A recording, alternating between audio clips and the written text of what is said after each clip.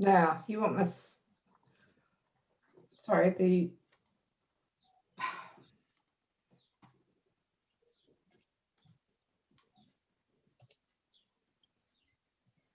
is that show?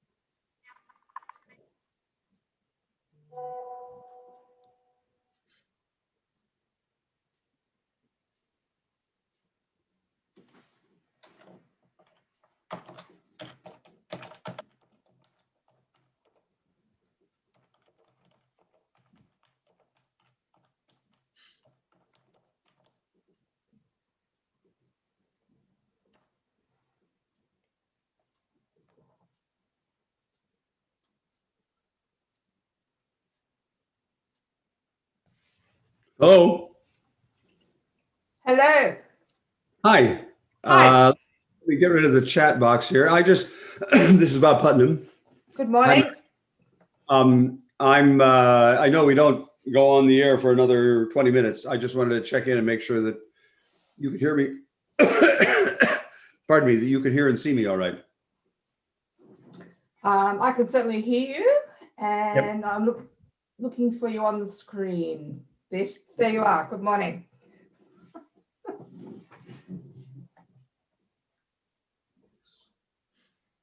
Good morning. How are you? I'm great. You're great? Oh, good. I am. So it's Let's see, getting on toward evening where you are. Is that right? Where are you actually physically sitting, Marion? Marion is in Australia. It's not even evening here at her place. It's night. I'm sorry. Hi, Jacob. I'm Bob Putnam. I'm only seeing.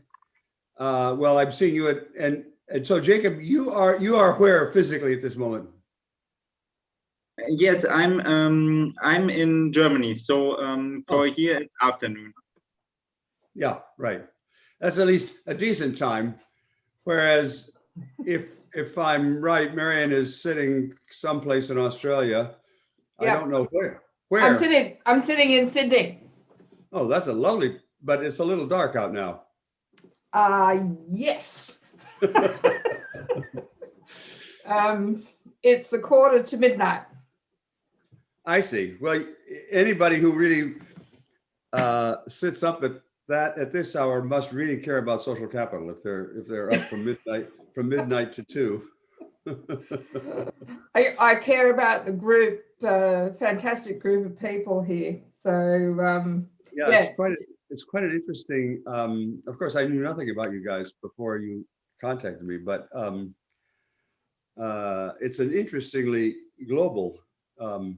Of course, I knew in principle that the ideas of social capital had gone global, but it's one thing to know that in principle. It's another thing to see all at once a whole bunch of people from around the world. It's an interesting phenomenon. Yeah, it's fascinating. Tristan and Jacob will introduce the group very shortly, but yeah, it's an interesting group, and we all have to get up at different times of the day at different times to meet each other. Sure. But we tend to with a commitment from the group, it's fascinating, and it's a really good thing to meet up and talk about it. So but Tristan and Jacob are really the driving force. Was their idea to set it up, so it's really good, and we're just we're all coming online and joining the group. So good. Yeah. Let me ask you just a couple of technical things. I see that at the moment you're sharing my PowerPoint, and I assume somebody there is going to be managing it in the sense that when I'm ready to move to the next slide, someone will do that. I have a secret password. When I'm ready to move to the next slide, I'll say next slide, please. And I don't know if that's you, Marion, or that is me. Yes, that is me. Okay. So I volunteered for that one. Can you, just for my peace of mind, is it possible to move to the next slide now, just for me to see what that looks like, or not? Yep. Okay, fine. That's enough. And you wanted the laser pointer too?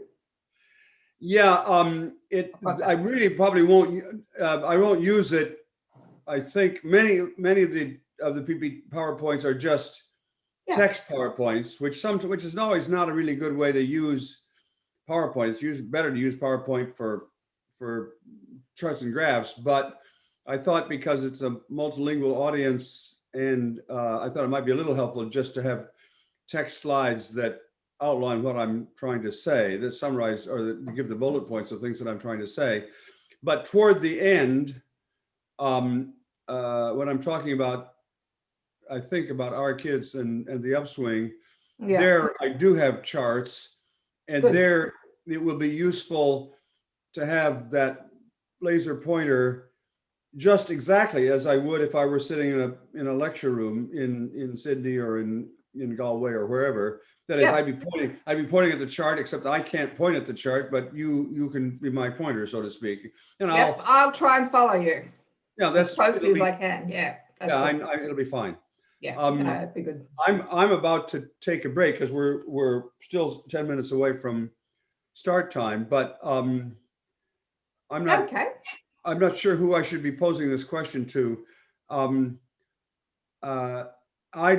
I'd like to know a little bit about how I'm going to be introduced, not how flowery the introduction is, but how much of a framework will be given, or should I, that is to describe why you asked me here and what we agreed to do and so on. Should I do that, or it would be a little more convenient if one of you did that? Does that make sense? Yeah. Does my question make sense? Jacob, I think, is Jacob got his, I Jacob's going to do that. Yeah. Yeah, the procedure is the following. Tristan will shortly introduce our group, and then I will give a short introduction in your work, not really in your work, but your merits. If you want, I can send you a private message with a text, but it's not really into your framework. But if you want, I can tell people a bit about what you have done. I'm not sure. Well, first of all, a number of things. Thank you, Jacob, for this.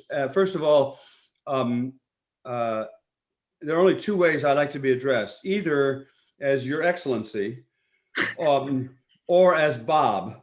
Okay, we go with Your Excellency. We'll go with Your Excellency. Don't call me Robert. No one calls me Robert who actually knows me, and therefore, if I get a phone call and said Robert, I just hang up because I know it's someone trying to sell me something, not someone who actually knows me. So that Bob is the short version of that.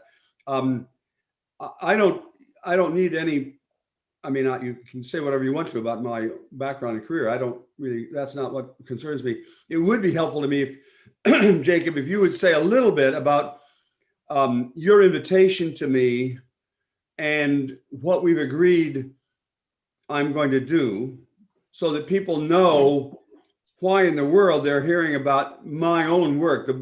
Otherwise, this presentation will seem very, very autobiographical and a little self-centered. But the reason, as you know, is that I was trying to do two things at once. I'm trying to illustrate how I use the term social capital. That is, I'm not into conceptual analysis in its own right, but I'm trying to illustrate how, with my work, how I've used the term social capital. And secondly, because you asked me, and I think it's fun for me to discuss a little bit the process that is my own life, illustrates some of the dilemmas or some of the challenges of trying to speak to two different audiences at once. For example, all of these works, well, all the more recent works, I'm trying both to speak to a public audience and to an academic audience like you guys. And so that's the reason that I'm setting this up as a description of my own work, is not that I'm so self-important, or at least not only because I'm so self-important, but rather because I'm trying to respond to to your requests to me. Does that make sense, Jacob? Yeah, definitely. I will try to explain a bit about this. Okay. Okay, take a break. Sorry, Marianne, I didn't hear you. You wanted to have a quick break before you start? Yeah, I'm just gonna go off and do a quick break. Lovely. See you soon. Yep.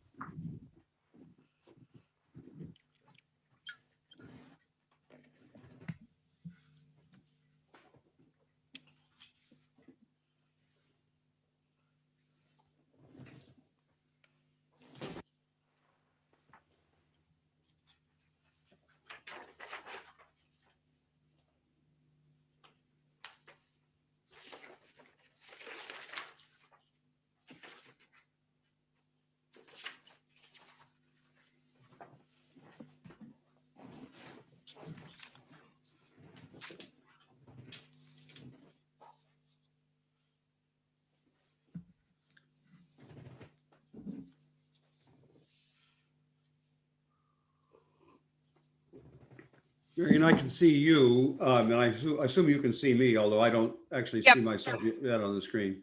Yep. Will I see anybody else but you and Jacob, or will I see? I don't know that I've done this exact kind of webinar in the past. Will I see many faces, or will I see only a few? Well, at the moment, I'm actually seeing many faces. Everybody's popping in from around the world and saying hello. Some Right. people have got their screens on and screens off. So Tristan's there. Tristan's in control. I think this also depends on the view modes that you put on. If you look at the speaker mode, then yeah, hold on just one second. I understand. Wait a minute. No, you've only got, if you've got it on one screen, you'll only be able to see this, the presentation. I can see you because I've got two screens here, but yeah. Yeah, I don't actually see gallery versus, oh, well, wait a minute, maybe I do. Hold on just one second. Oh yeah, great, okay. Great, I've just switched to gallery view, so I now can see a tiny fraction of all the people around the world. Yep. But I do also see Jacob and you, Marion, and myself. Good, excellent. Yeah, that's fine. Great. So I don't actually have a camera, a clock, but I'm letting. So Jacob, you're. I know you're going to be the master of ceremonies at the beginning, and I don't quite know how you can tell me to shut up except just by turning my mic off if I go on too long. But I will try to keep an eye on the chat line, and so, or just interrupt me and say, "Thanks, Bob. We've had enough," and then we'll stop for Q&A. I'm sure we won't be so impatient, because normally the presentations I've seen from you at YouTube were quite interesting. But if the point comes, we will send you a private message or interrupt you, or just tell Lisa to get in your room and put off the socket, or I don't know. Yeah, that's another way. Just pull down the PPT. Okay, and Tristan's going to make the welcome announcement, and then Jacob will introduce you. Super. In a couple of minutes. And we've got a run sheet here. We're all keeping track of questions in the background. And then when you finish, we'll actually move to the question time, and we have a whole team here working on feeding the questions through to both yourself and the group. Great. And at that point, sorry, one last technical thing. At that point, from my point of view, you can pull down the PowerPoint, which will just expand the number of people I see. Yep. No, that's good. So, perfect. But we've got a lot of questions lined up, but do let us know when you've had enough as well. So. We've got people furiously joining us all from around the world. So in a minute or two, Tristan will kickstart the kickstart. If my watch is correct, we are coming up to midnight here in Sydney, which I guess is 10 o'clock at your time. Right. Great. We're heading into winter, so it's quite chill here. So no sunny blue beaches today. You won't know this. I spent a lot of time in Australia, actually, quite a bit of time. And I've been all over Australia, but actually never in the coldest part of the year, I think, if I'm not mistaken. So, oh, it doesn't really get cold here at all. So not in world terms. So we might get down to 3 degrees at night, but that's about as bad as it gets. Yeah, that's not cold. I agree. The odd place it might get under zero, but it's a very temperate and mild place to live. So right. Yep. And and very good to be in at the moment. So Right. we're all socializing furiously and going to the sports and all that sort of stuff. So See that. Hi, Dan. I'm sorry, friends are popping in, so I'm just greeting the few people I do know. lovely. Goodness me, we've got people everywhere. Tristan, did you want to take over? Yeah, thanks, Marion. We'll just give it maybe 1 or 2 more minutes. I think we're just before 10 a.m. Eastern time. Hi, Tristan. Good to meet, at least in this attenuated way. Where are you seated at the moment? In Ireland, are you? No, I'm in New Zealand. So it's New Zealand. I see. Another fabulous place. Yeah. In a different life, I want to be born down in the Australia, New Zealand part of the world. That's a fabulous, beautiful part of the world. You'd be welcome. It certainly is lovely here. But not right now because it's 2 a.m. and it's winter, so it's quite cold and dark. Right.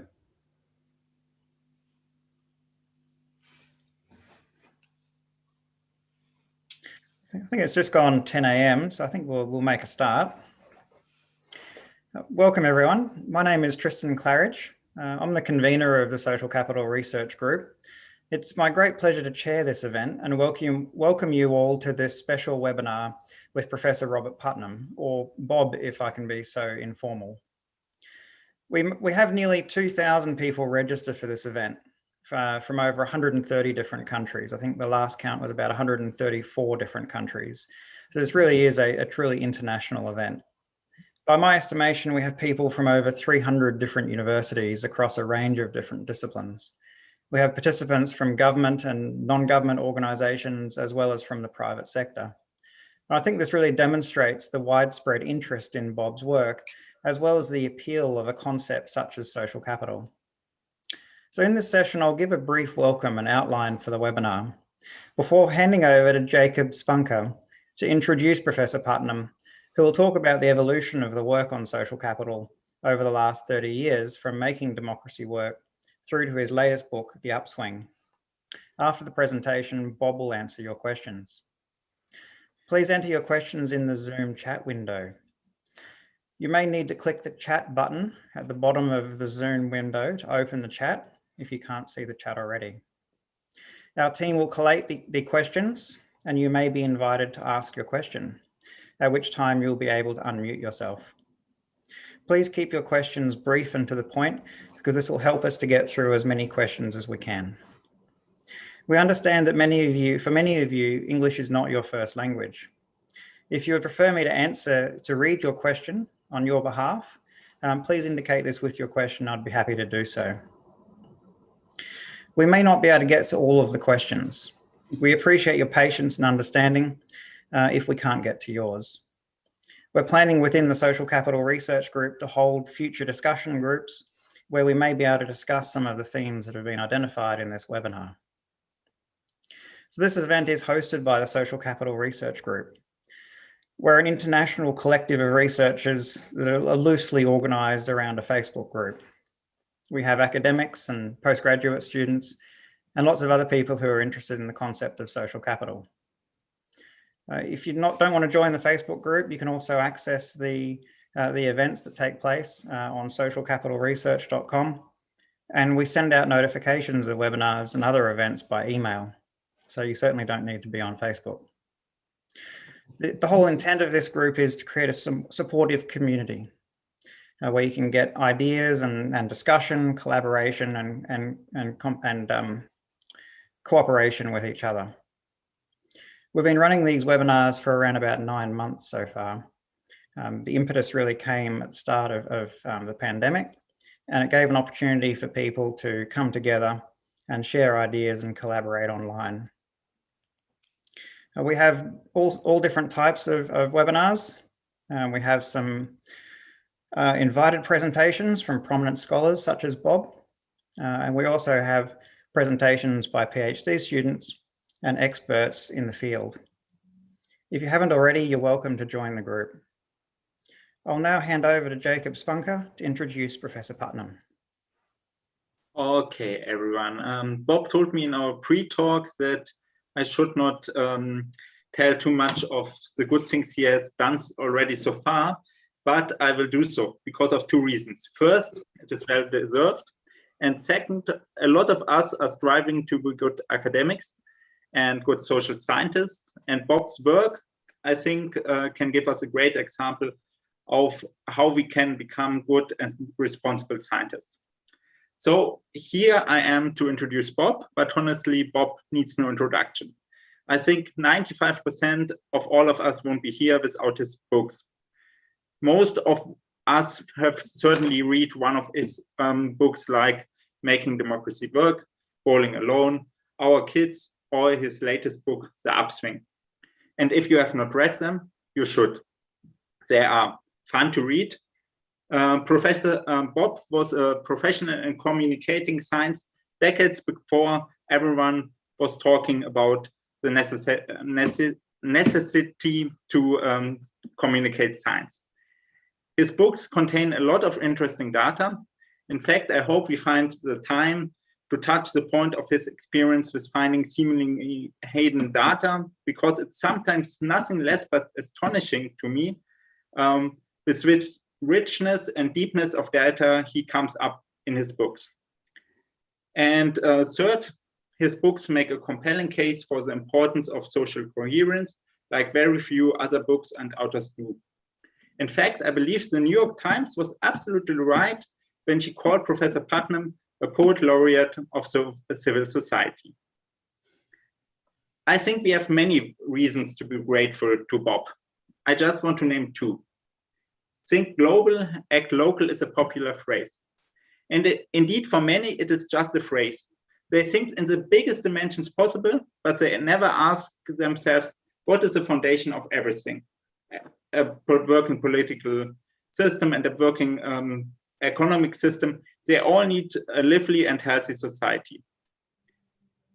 That you, Bob, showed what a far-reaching impact civic engagement can have, has not only raised the political awareness for this topic, but it certainly also has increased the self-confidence of many locally engaged people that they can really make a difference. I want to thank you for a second thing, that you were so willing to give us this webinar is indeed the best proof that you, Bob, are not only thinking, but you are acting. It is very generous, and I was indeed a bit surprised that you, Bob, agreed to share your knowledge with us so generously. In fact, the backgrounds of this webinar were the following. In the previous webinars, we had some discussions about the definition of social capital and how to do good social capital research. And again, we came back to the work of Bob. And so I thought, okay, let's give it a try. I can write him an email. It's not too much work if he wants to talk to us. But seriously, I was not expecting a reaction at all. I mean, Bob Putnam, he's famous. He's a Harvard professor, and he has thousands of things to do, probably much more important than our group. And so I thought he's very certainly not interested. But after then, probably less than 24 hours, I had a very nice email from Bob in my inbox where he said that he would rather focus on how to improve social coherence than on the definitions of social capital. But otherwise, he's very willing to give us this webinar. And I thought, great. And because you can't have too much of a good thing, I just thought, okay, he agreed now, so I can also ask him to talk about his experience in social capital research, because he's doing this for 30 years, which is much longer than most of us live. So I just thought this might be a good idea. And from this point of time, we had a lively exchange about how to do this webinar. And we concluded on this mix of discussing his new book, The Upswing, his rich experience in social capital research, and then follow this by a broad Q&A session. And now I'm more excited for your presentation and our discussion. Bob, the floor is yours.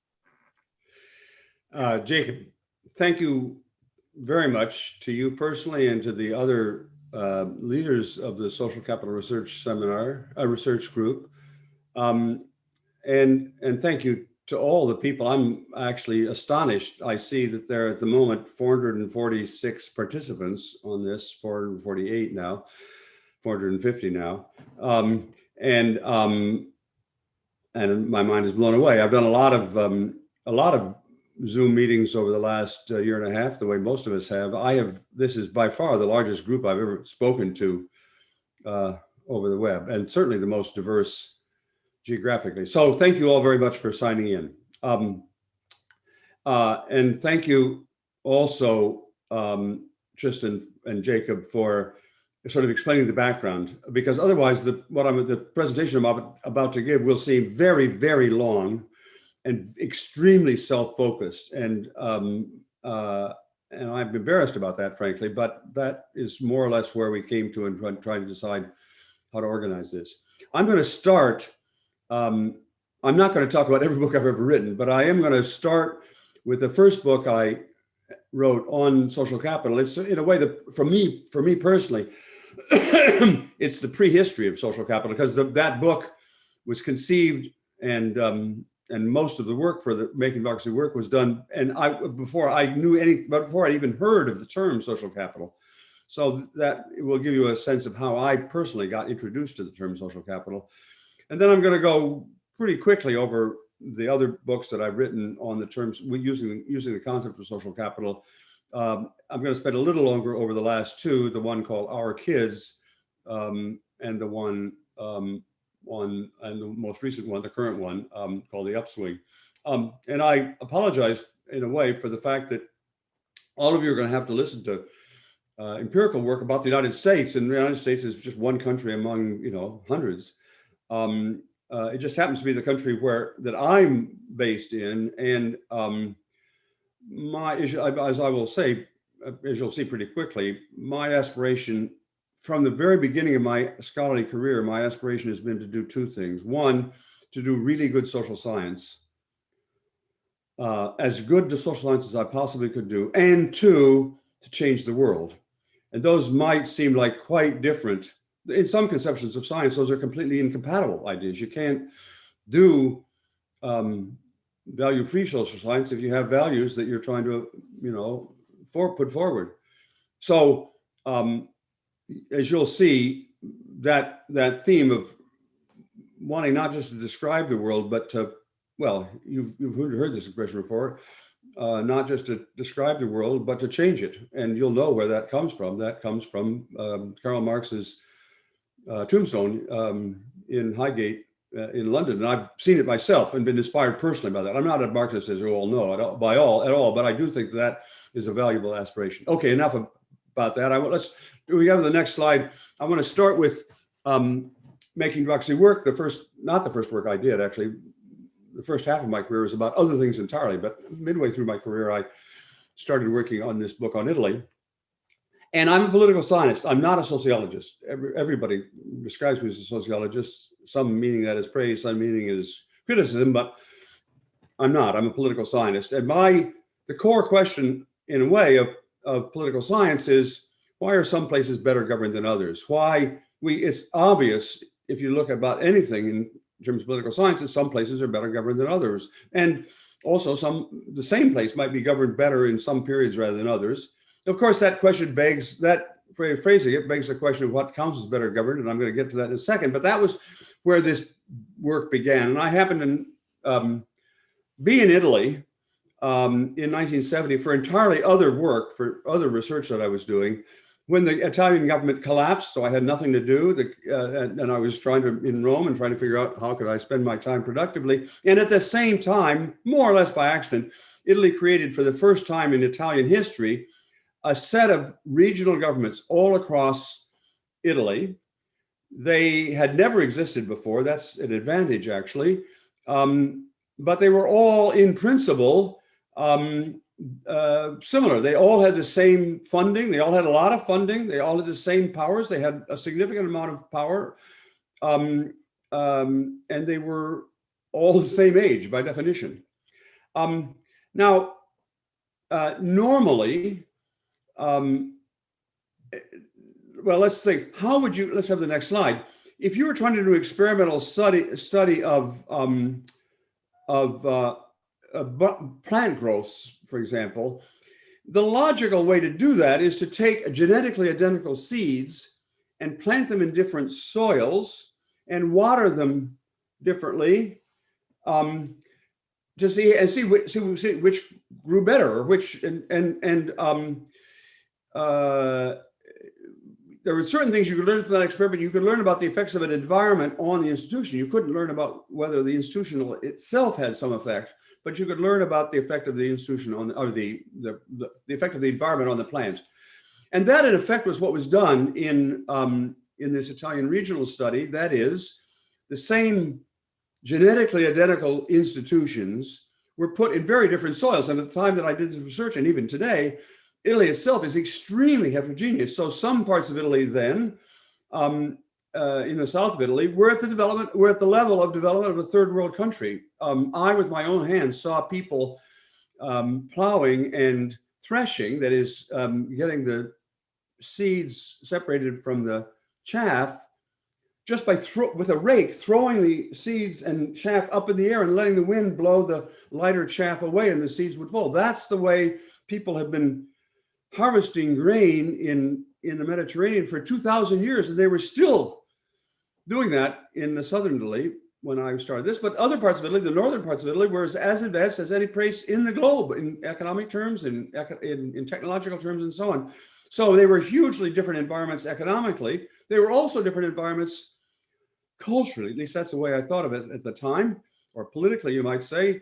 Even there were two regions, for example, which were very similar. If you looked at them through an economic lens, they were identical, but if you looked at them through a cultural lens, they were extremely different. One of them, Veneto, the region around Venice, it was one of the most Catholic bits of territory in the world, extremely Catholic, and next door to it, economically identical, was the region of Emilia-Romagna, which was at that point controlled by communists. I mean, and serious communists.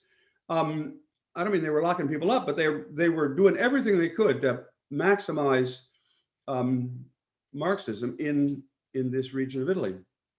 So, and there were many other differences across the region. So that allowed us to say, well, okay, if we waited long enough, we could see which of these plants flourished and which, if any of them, faltered. Next slide, please.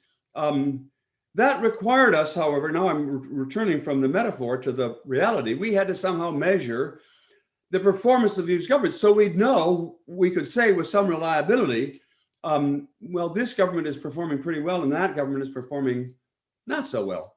And I'm actually proudest of one of the chapters in all the books I've written. I'm proudest of that chapter on measuring performance, because what we did was we tried many different measures. We believed in what is called convergent validation. I wanted to try as many different measures as we could and see if they all ranked the regions in the same direction. That strategy, which in some sense is linked to the methodology called factor analysis. I'm not going to be talking about methodology very much here, but I'm just trying to do a little crosswalk. So if you are interested in statistics, I've used factor analysis often because I believe in using multiple measures and seeing if they cohere, and if they do, that what they share is what you're really trying to measure. So we measured the budgets and see of these governments to see how well they, how efficient they were in their internal organizations. We measured the stability of the governments to see, if they were could able to keep a cabinet in power for more than a couple of months. We measured the effectiveness in practical terms of their policy operations, so that, for example, all the regions actually had the power to, and all of them wanted to, create daycare centers. And so, but it turned out they didn't all actually create the daycare centers. So we counted how many different daycare centers per capita were created in each of these regions. And the same for their educational policy and employment policy and so on.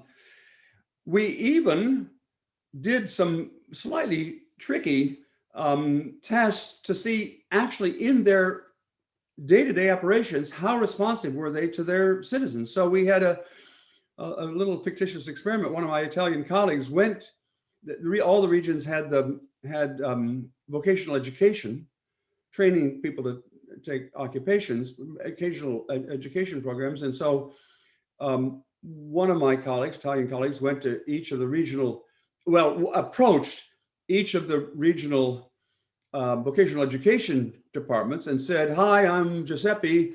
My brother is interested in a course in motorcycle training. Can you tell me how can I get an application for him so that he can apply to go to the local vocational education school?" And then we waited to see how long it took for that letter to arrive, if it arrived. Mostly it didn't arrive. So then Giuseppe got on the telephone and said, "Hi, I'm Giuseppe. Remember those letters a couple of weeks ago? I really do need this application for my brother." And then we counted to how many different people the telephone call was passed before we actually got to someone who would admit that they were the person in charge.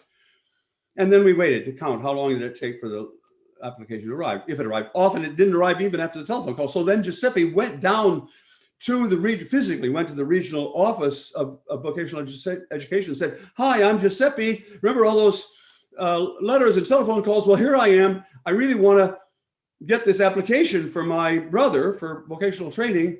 And then we counted to how many different desks the person was passed until at last Giuseppe held in his hand the application. And Giuseppe had a lot of interactions with the regional government that year. He also, turns out the regional governments also had subsidies for agricultural innovation. Giuseppe had an uncle, you'll understand, a fictitious uncle who wanted to try a new kind of wine, a new kind of vineyard. So Giuseppe called the local agricultural department, same story, letters and telephone calls and visits. So in that way, we were able to measure in a lot of different ways how these governments actually did respond to real, or at least what they thought were real, local constituents. And then lastly, we measured the opinion of the people in the region. Now, the opinions of people about how efficient the government are not perfect. It's not the same thing as what the governments are actually doing, but it's another independent and important in a democracy, an important indicator. So we took repeated measures of the evaluations that citizens in each region had of their own regional government. And then we looked at how those measures all fit together. And it turned out, maybe this is a surprise, maybe not, that they all fit together. That is, the regions where the government was stable and where they had their budget, they finished their budgets on time, and where they, answered their mail and built the daycare centers, were the same regions where people were happy. That's probably not a surprise, but it's an empirical finding, not a logical finding. And therefore we had our measure of government performance. And of course now, and it turned out after 20 years, it took me 20 years to do the research, and I still haven't gotten to social capital. Remember, I still haven't gotten to social capital. 20 years of this project. When we started the project, my second child, my daughter, was an infant in arms.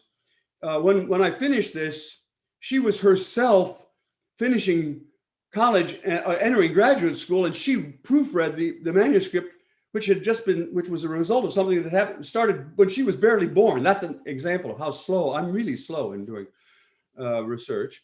So I haven't gotten to social capital, but I will.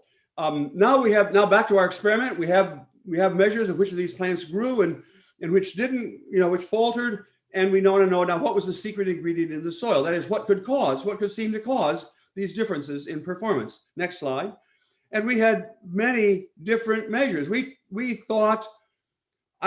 thought that wealth, economic advance, would be the single best predictor. The wealthier, the more advanced economically the region, the more technologically advanced, the more good government would have. That was my guess.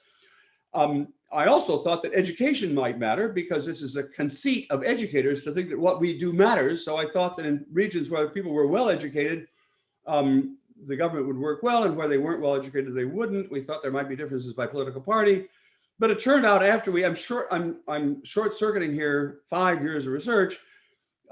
It turned out that the best predictor of which governments succeeded and which failed were choral societies, singing groups, and football clubs, or what at the time people were calling civil society. And it turned out that was actually a really powerful if you had good measures of civil society, which we, with some effort, were able to get, and we were constrained, of course, by what we, there are a lot, now I think there are a lot of ways to measure social capital, but this is really early days. And I was not so experienced in tracking down measures. And there were lots of measures that we would nowadays use for social capital just were unavailable at that time, and certainly unavailable historically. So I was constrained by, and I mean, I'll just pause for a second here. I was constrained especially to look at membership in formal, the existence of and membership in formal organizations, because organizations keep membership records. That's the unique.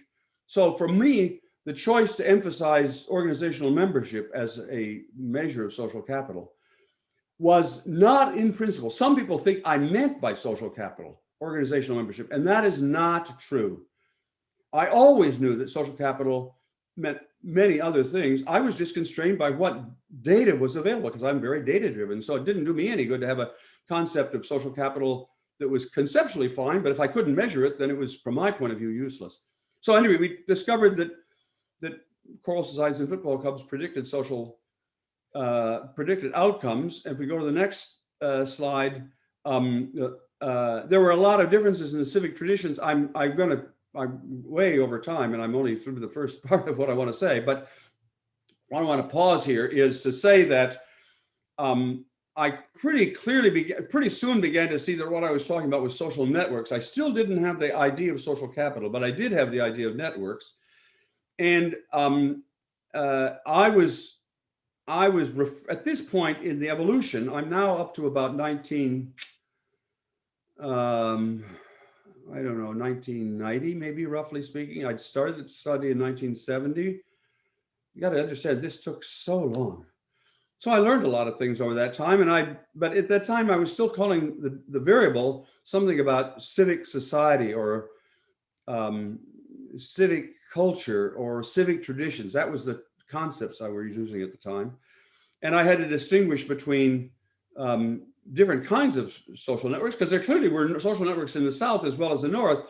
And I began to realize that the difference between the social networks in the south of Italy, where the regions were concentrated that were not strong, tended to be vertical patron-client ties, and that the connections, the networks in Northern Italy tended to be horizontal for historical reasons. It's actually I would love to tell you more about my discovery that these differences across the regions that explain the differences in performance had extremely deep roots. So in the end, I came to conclude that actually the differences between the high performing and low performing regions had been established nearly 1,000 years earlier, which from the point of view, you may think I was right or wrong about that empirical claim. Actually, all the subsequent research by Italian researchers has confirmed that I was right. That is, that these differences among high performing regions today and low performing regions today are perfectly visible in data from 12th century Italy. So from the point of view of a social scientist who wants to make a difference or wants to work with politicians who want to make a difference, that was a very discouraging finding. I became very close to the president of one of the lowest performing regions in the south of Italy, Basilicata. And he said to me at one point, "Bob, I believe what you're saying." By that time we were on first name terms. He said, "I believe what you're saying, but I cannot allow myself to believe what you're saying, because what you're telling me is there's nothing I can do, that my fate was decided 1,000 years earlier." And that comment, "my fate was decided 1,000 years earlier," has haunted me for the last now 40 years or more. I'll come back to that at the very end of this when I start talking about America today. Okay, let's go to the next slide. Now I would say this slide, but I now will tell you how I first stumbled upon the term social capital. I was in Oxford for the fall term of 1991, I think. That's about right.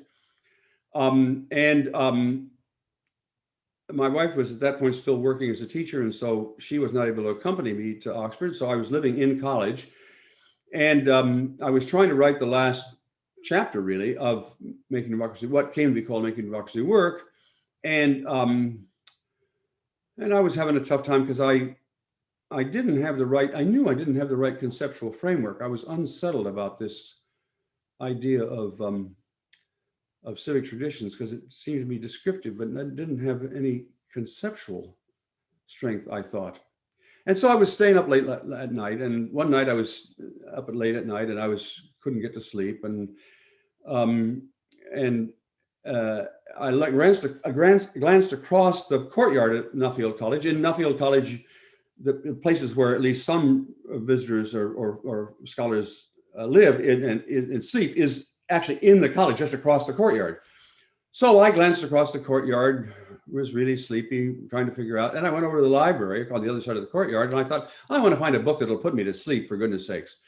And on the lying on the table, I don't know how many of you have heard this story before, because I've told it to a number of audiences. Lying on the table in the library, I've been back to that very table, so this is not fictitious memory or fake memory, was a big, thick book of social theory. And I thought, boy, that's the ticket. Nothing better calculated than a long book of dense book of social theory. So I picked it up and began leafing through it. And I stumbled onto a chapter called Social Capital. The book was a book called The Foundations of Modern Social Theory by James Coleman. I had never heard of Jim Coleman before. I'd certainly never heard of the term social capital before, but it had a kind of interesting little ring to it. So I thought, that's the chapter I'll read to go to sleep. And now you won't believe what I'm about to say. I began reading that chapter, and instantly I understood the chapter much better than I thought I would, because it was based on game theory, and I had actually had some game theory in my background. And I guess sometimes people say inspiration comes to the prepared mind, and in one sense, my mind was prepared, so that when I opened that book and began reading that chapter on social capital in Jim Coleman's book, this is not much of an exaggeration. I instantly saw the next 30 years of my career. I could see how powerful the concept of social capital was. I understood it. I know I'm patting myself on the back, but I did understand at a pretty deep level why this concept, it was not just another label for nice things. It had behind it, and this has not yet been explored enough in my view, behind it a deep theoretical, I don't mean historically, but I mean underneath it was a deep, powerful theory. I'm going to get to that in a second. And I could see, wow, that theory could apply to a lot of other things. And I actually saw right away that it could apply to a problem I was concerned about in America, which is American democracy was just not working very well. And so a lot of my books on America after that, I know I'm sounding like I had a blinding, conversion experience like Paul on the road to Damascus, if you know Christian history. It was actually a little bit like that, actually, because I became a social capitalist. Sorry, Foundations of Social Capital, you're right. That's the word that's the book by Jim Coleman that I'm talking about. Thank you, Jeremy. So now let me say what I mean by social capital. And there were a few mistakes I made along the way. I'll mention them as we go, but basically I think Jim Coleman made one important conceptual error, and I followed him for a while on that. I'm going to get to that in a second. But basically, what I'm going to describe is Jim Coleman's conception. And for me, the core idea of social capital are social networks and the associated norms of reciprocity. Reciprocity just means I'll do this for you if down the road you do this for me, or at least down the road you'll do something for somebody else and they'll do something for me. That's the idea of reciprocity. And the core insight of social capital theory, from my point of view, is simply that social networks have value, period. I'm embarrassed to say that, but that's my core concept of social capital. Social networks have value. They have value for individuals. They have value for people in the networks. I mean, for example, we know about the importance of social networks for finding jobs, for job finding. And indeed, I'm going to forget the name of it, the very famous website now that's based on allowing you to find jobs. What's that called? Somebody help me. Oh God. Seek. Pardon? Seek. No. It's actually one of the most LinkedIn. widely LinkedIn. Thank you. Yeah, LinkedIn. sorry. And LinkedIn actually this is a true story because I've heard it from the guy who founded LinkedIn. He read Social Capital. That is, I'm sorry, he read my work. He knew about social capital from my work.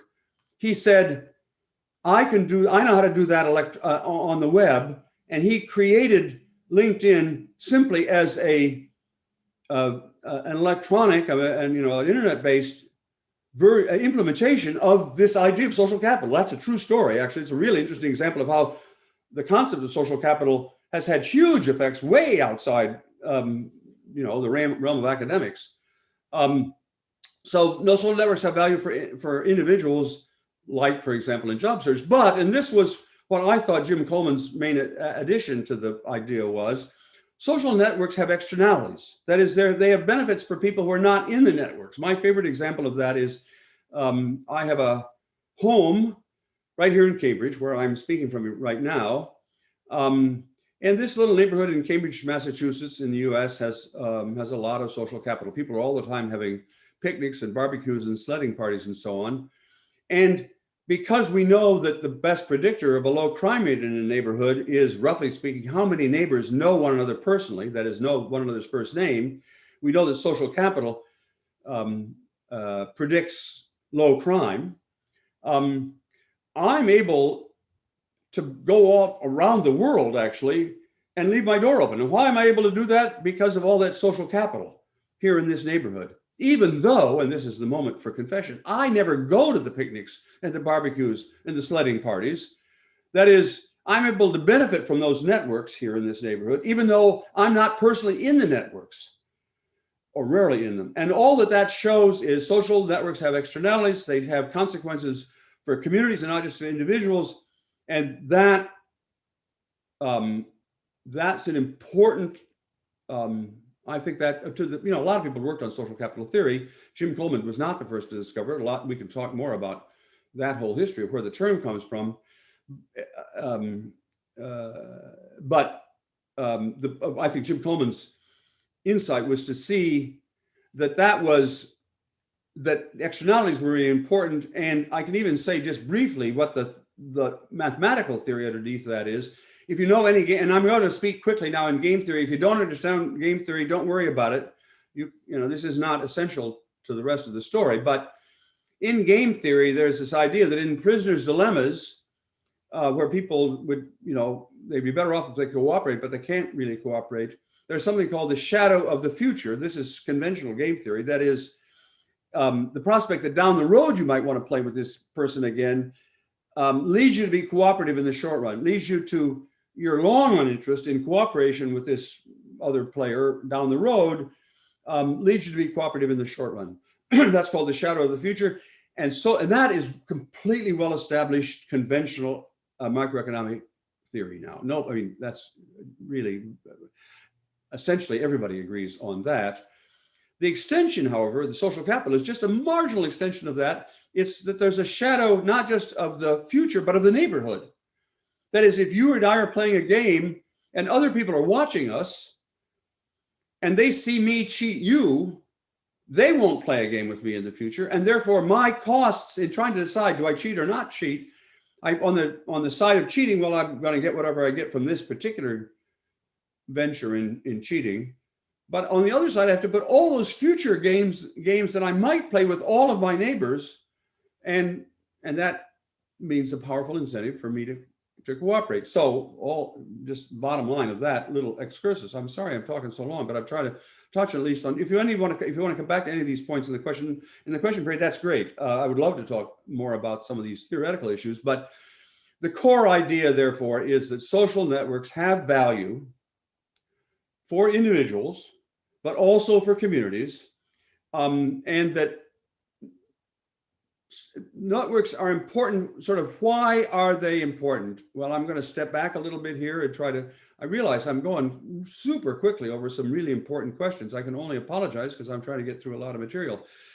Networks are fun. Why are networks so important? Well, they're important, first of all, obviously, because networks transmit information. That's the simplest idea. Networks are important. They're valuable because they transmit information. nobody, I think, disagrees about that. It's not clear what the effects of that are, but that's clearly an important transmission. The second reason networks are important is because they help overcome dilemmas of collective action. That's what I just said. That's the game theoretic part. And I won't go back over it, but what it means is that the more social networks you're involved in, or the denser the social networks in an area, the more likely people that are there are to be able to overcome dilemmas of collective action and cooperate. So networks, the link from networks to cooperation is at the core of a lot of social capital research, at least as I see the point. It's not just about information, it's about cooperation. Thirdly, and the first two things I've said, and this one too, are actually conventional microeconomics. If you're an economist, this is just basic core elementary microeconomics. The third one is a little less so. The third one is that networks are important because they encourage reciprocity and trust. That's what I've just said. They encourage me to be responsive to you and me to behave in a trustworthy way. I would have a whole seminar. I'd love to have a whole seminar just on the idea of trust. But the most important thing I would say, if we had that, is trust is not the crucial thing. Trustworthiness is the crucial thing. And trustworthiness is encouraged by networks. And that's because basically networks encourage reciprocity, as I've already said. Okay, well, those first three important features of social capital, as I say, are pretty well understood, at least in microeconomic theory. But the fourth is actually is a part of this that until recently was not really considered legitimate by conventional microeconomics, and that is networks can influence your identity and your sense of who you are and your sense of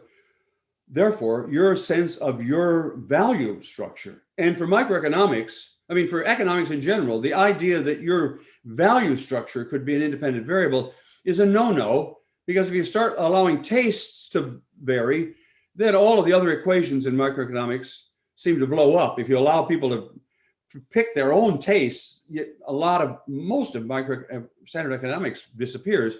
So only very recently, in the last 10 years, have economists begun talking, especially, I'm having an Alzheimer's moment here, the guy at Berkeley who has won the Nobel Prize and whose wife is the chairman of our Federal Reserve right now. Okay, I'm blanking, I'll come back to his name, but he's been the powerful person in the field of economics. And some economists here, you must know the list of recent Nobel Prize winners. He won the Nobel Prize about 10 years ago for another discovery. But in any event, George Akerlof, my wife says from the other room, she's my memory assist. So George Akerlof has, over the last 10 years, begun, some of you are smiling, one advantage of staying married to the same person for nearly 60 years is that there's almost nothing that I know that she doesn't know, and therefore she serves as a kind of memory when my memory begins to collapse. If you're smiling, it's probably only because you're approaching my age and therefore memory loss. Meanwhile, back on the story here, George Akerlof has begun to develop an economics of identity formation. That's really important.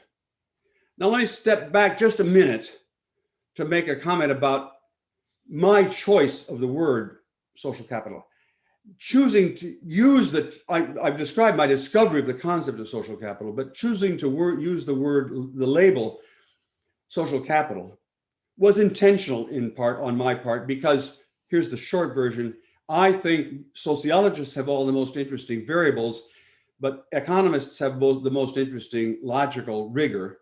And therefore I was trying, when I used that word, to start a fight between economists and sociologists. I thought that the economists would say, yeah, we could begin talking about this other variable, which turns out to be really important, this sort of softer variable. And I thought sociologists would say, well, it's about time that you economists began focusing, and we're willing to use your language a little bit. I was shocked when I discovered that large numbers of sociologists hated the idea to use social capital. I thought I was serving up like in tennis. Table tennis. I thought I was just serving them a nice, easy hit. But no, the sociologists, frankly, were so concerned that they reacted allergically to the idea that they had anything to learn from other social disciplines. Usually, we think of economists as the imperialistic discipline.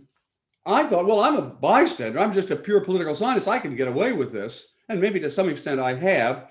I've been disappointed, not to put too fine a point on it, by the fact that a number of my major critics have thought that I used the term so that I could kind of infiltrate neoliberal economics into the otherwise pure discipline of sociology. That's not true. I don't care. I couldn't give a damn about neoliberal economics. I thought academically, we ought to be able to learn from one another. And I'm sorry to be ragging on sociologists here, but they've been ragging on me for the last 30 years. I think it showed a certain kind of defensiveness on the part of sociology that they couldn't concede, oh yeah, maybe we could have a little bit to learn from this other discipline because it's our variable after all. Anyway, I'll skip the next to the last point about different kinds of social capital, how social capital is and is not like human capital. But I do want to use the stop for just a second on the very last point, because it's the one serious mistake I think I made in my early years using social capital, the term social capital. Jim Coleman, you go back and read that chapter in Foundations of Social Theory, had what he called a functional definition of social capital. Social capital meant social networks that enable people to cooperate for the common good. Now, if you're careful, I was not careful, but if you're careful, you will notice that concept, social capital or social networks that enable people to cooperate for the common good, or some version of that, conflates the cause and its consequences. That is, the cause of the social networks and the consequences are the good things that follow from it: better education, better regional government, whatever. And therefore, in Making Democracy Work, the first book, where I remember just months before the book went to press, I discovered this idea of social capital. Well, 6 months before it went to press. So it was a late edition. I'm not trying to excuse myself. It was a dumb mistake. I was making, because if you put the consequences of the concept into the term social capital, then you've made any empirical claims about how social capital has such and such effects null and void. It's just true by definition. And it unfortunately was true of Jim Coleman's work, that the way he used social capital, if it didn't have good effects, it wasn't social capital. And that's to conflate consequences with causes. And I'm sorry I made that mistake. It was a dumb mistake on my part. I'm blaming Jim Coleman for it, but it was one I made. I could have just as easily not made it. I recognized it pretty quickly, actually. And in my writings within a year, within months, actually, of making that mistake, I recognized the problem. I began talking about it, but the damage was done. And so there are a lot of people out there in the world, maybe a lot of people on this call, who think that I define that the consequences that I attribute to social capital are true by definition. And that was true of the very first months I used the term social capital, but it isn't true for any of the stuff that I've done more recently. Nevertheless, you live with what you've said, even if you only said it for a while. One consequence of that is that social capital, if you don't have that, you don't make that link definitional, then you have to allow the logical possibility that social capital could be used for bad purposes.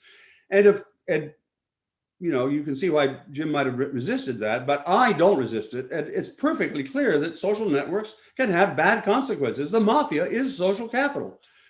The Nazi Party is social capital. The Ku Klux Klan in America is social capital. That is, it's very clearly a social network that is used for bad purposes.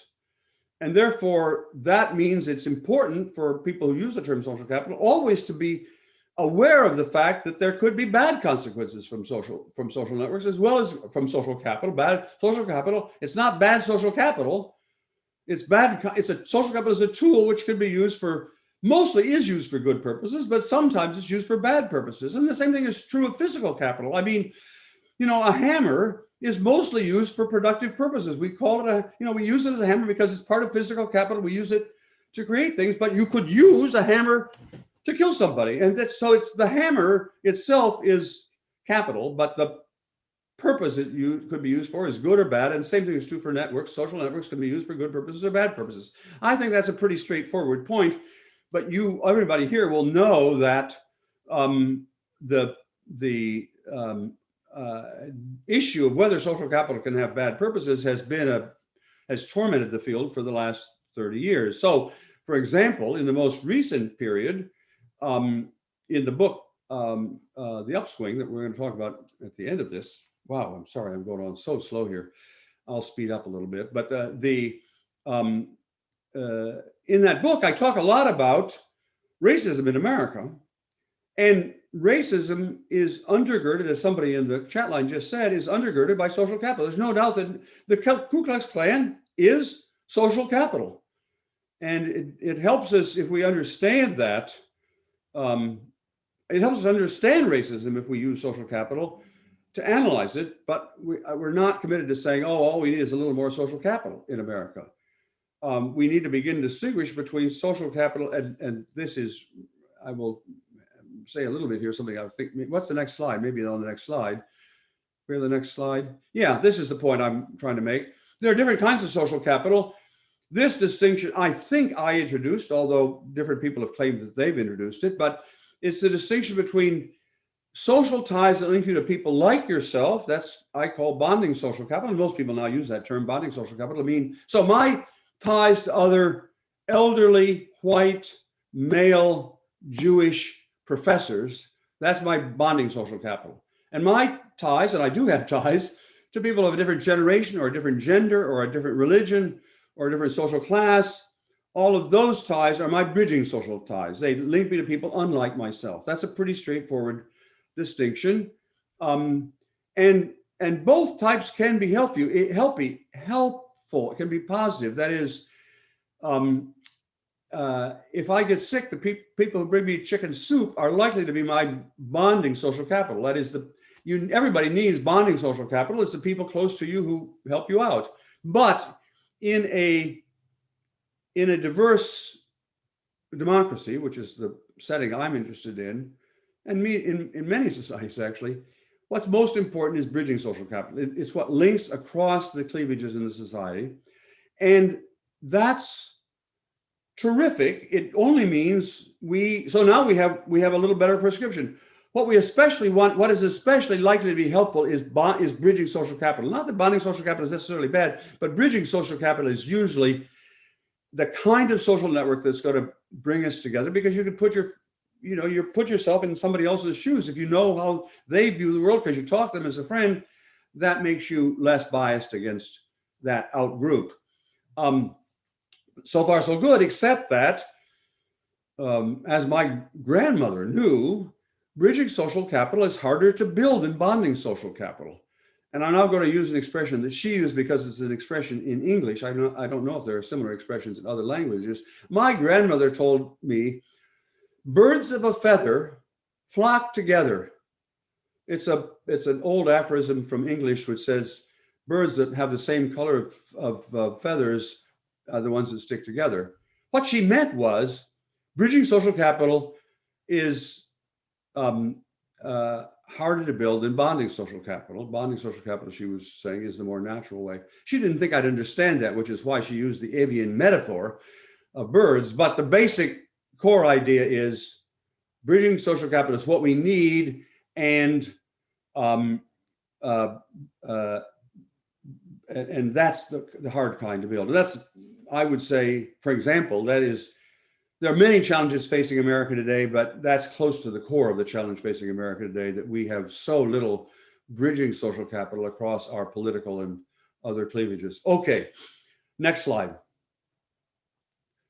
Okay, this is this is now getting a little boring, and I'll finish. Empirically, it turned out, and I'm not going to try to defend this, although behind each of the bullet points here, there are by now scores, maybe hundreds of studies, that social capital, controlling for all the other stuff, a place that has, or a person that has more social capital, or a place that has more social capital is associated with improved child welfare, better educational outcomes, better economic performance, low crime, less tax evasion, better government, better physical health, better mental health, greater life satisfaction, happiness, basically social capital.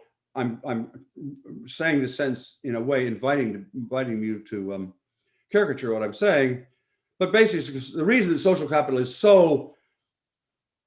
caught on so much is that empirically it turns out to be associated with lots and lots of good things. So people in public health are interested in social capital because it has health consequences. People in economics are interested because it has economic consequences. People in education are interested because it has educational consequences. And so on. Police are interested in social capital because it has effects on crime and so on. Next slide, I hope just shows that. This is a quick graph which basically shows where you came from. This is on the left axis is a measure of the number of scholarly articles published every year over the course of, beginning in 1985 and going up till 2015, which is the last time I actually did this statistical analysis. And the dotted line is how often it's mentioned in public press. That's a measure of how attentive publics are, not academics. And most relevant here is, if you look carefully at the dark line with the dark squares, you'll see that at the time that I was writing Making Democracy Work, when I first discovered the term social capital in the midnight trek across the quad at Nuffield College, Oxford, there was, roughly speaking, one article on social capital published any place in the world, one article using the term social capital published any place in the world once every 5 years. And you can see it's an exponential curve. After about 5 or 10 years, that was one article published not every 5 years, but every 5 months. And then one article published every 5 days. And now we're getting on one article published every 5 minutes on social capital around the world. And that's what you guys are doing. And it's you that are doing the work. But that's a testament to how popular this idea became among scholars. And I've explained the reason why. It's because it turns out to have applications. Most of these applications of the concept of social capital are actually not in core academic disciplines. They're mostly not in sociology or political science, or for that matter, economics. They're mostly in public health or physical health, or anyway, and you can see how the tracking of the attention to social capital in the popular mind, the fact that it's become now social capital, and even the term bowling alone have become, people use the term bowling alone who've never heard of me or the book Bowling Alone. It's just become a term in ordinary use. And certainly that's true in social capital. And that's tracked by the dotted line that has a little more ups and downs, but is actually growing now even more rapidly, at least in the United States. I'm not sure whether that's true in other countries or not, but social capital has become part of the common language we use for talking about politics. Social capital is now much more frequently mentioned both in academic articles and in the public press than human capital, for example. So we've overtaken another knockoff of the basic idea of capital. So let's go to the next slide. And here's where I begin to go quickly through my career. So what I'm now going to, this is a slide which will allow me to go over the last 30 years of my work and then get quickly to the more recent stuff. I'm not going to say anything about any of these books. I want to illustrate how all I've done for the last, now 30 or 40 years, but is basically apply this, like I'm a dog with a bone, and I just keep working at that. Or people say, you know, I found a hammer. And if you found a hammer, everything you see is a nail. So I go along with this camera of social capital, and I look at I started looking at Italian democracy, and then I looked at social capital in America over time. And then I tried to figure out how can we use the concept of social capital to fix America. Then I looked at social capital and immigration and diversity and race and social capital and religion and social capital and inequality and so on. That's a capsule of what I've done over the last 25 years, roughly speaking. I'm happy to, it's up there so you can ask me any questions about all that. It's fair game for being critical, for you to be critical, but we're never going to get through this if I don't stop going on. So I'll stop here, not stop, but I'm going to move quickly down to talking about the two last books, not American Grace, but Our Kids, and then my current book. So let's go to the next slide. I'm sorry, Tristan and Jacob and Mary. I'm trying to go as fast as I can here, but it's very interesting. We don't complain. We don't complain at all. Okay, I am sorry. I'm complaining to everybody else because it's going to cut into the number of questions. Okay, I'll keep going fast. So now I want to talk to you about my last book but one. This was published now. God, how time flies. This was published about 3 or 4 years ago, I guess. A book called Our Kids: The American Dream in Crisis. Now, I want to back up for a second, just for a second, to say something about my own career. And this is relevant. This is in a way, Jacob and Tristan, because we talked about this. I'm now going to talk a little bit more about my incursions into public life. So allow me to be this is quite autobiographical. It's a preface to Our Kids. And allow me to tell a personal story. Really, I'm sorry, this is embarrassing, but it's a personal story about Bob Putnam as a kid. And I'm going to tell you a story about Bob Putnam as an adolescent, or almost an adolescent. I went to college I entered college in 1959. So in 1960, I was a college sophomore. That's the second year in college in American universities. And I went to a little college called Swarthmore, which is a little small Quaker college just outside Philadelphia in the United States. And I was, at that point, I was a convinced and actually quite good mathematician and physicist. That's what I was going to be when I grew up. This is also the era of Sputnik. None of you have even heard of these things, but it was a period in which young Americans who had talent were encouraged to go into sciences. I was there. I was going to sign up. I was going to become a mathematician, or, you know, something mathematical. And but then I took a course in political science. I had to take it because requirements in American universities then and now were you had to take courses outside your field. So I took a course in political science. I happened to sit behind a cute young woman, what was called a co-ed at that point. This is way sexist because it's way early in American history. And we, you know, this class was at 11 o'clock. We had lunch afterwards. We started hanging out afterwards to go have lunch together. This is the late 50s, early 60s. So don't let your imaginations get carried away. Hanging out together did not mean what it means now. It just meant we were having lunch together and talking and becoming friends. And gradually, we became closer. And at the beginning of that term, we were, of course, talking about politics. We were talking about everything, talking about religion, blah, blah, blah. At the beginning of that term, I was a conservative Republican from a small town in the middle of America and Protestant, Methodist, actually. And this young woman happened to be a pretty progressive Democrat, Jewish, from a very cosmopolitan family. This was, talk about bridging social capital. These were completely different worlds, but by the end of that term, I had changed religions, I'd changed politics, and I'd changed the major I was in. And I haven't told you about how I changed my concentration, my field of study. Well, you will have recognized, if you know anything about American politics, that the year 1960, when we were taking the fall of 1960, when we were taking this course, was a national election. That was the election in which Richard Nixon was competing against John Kennedy.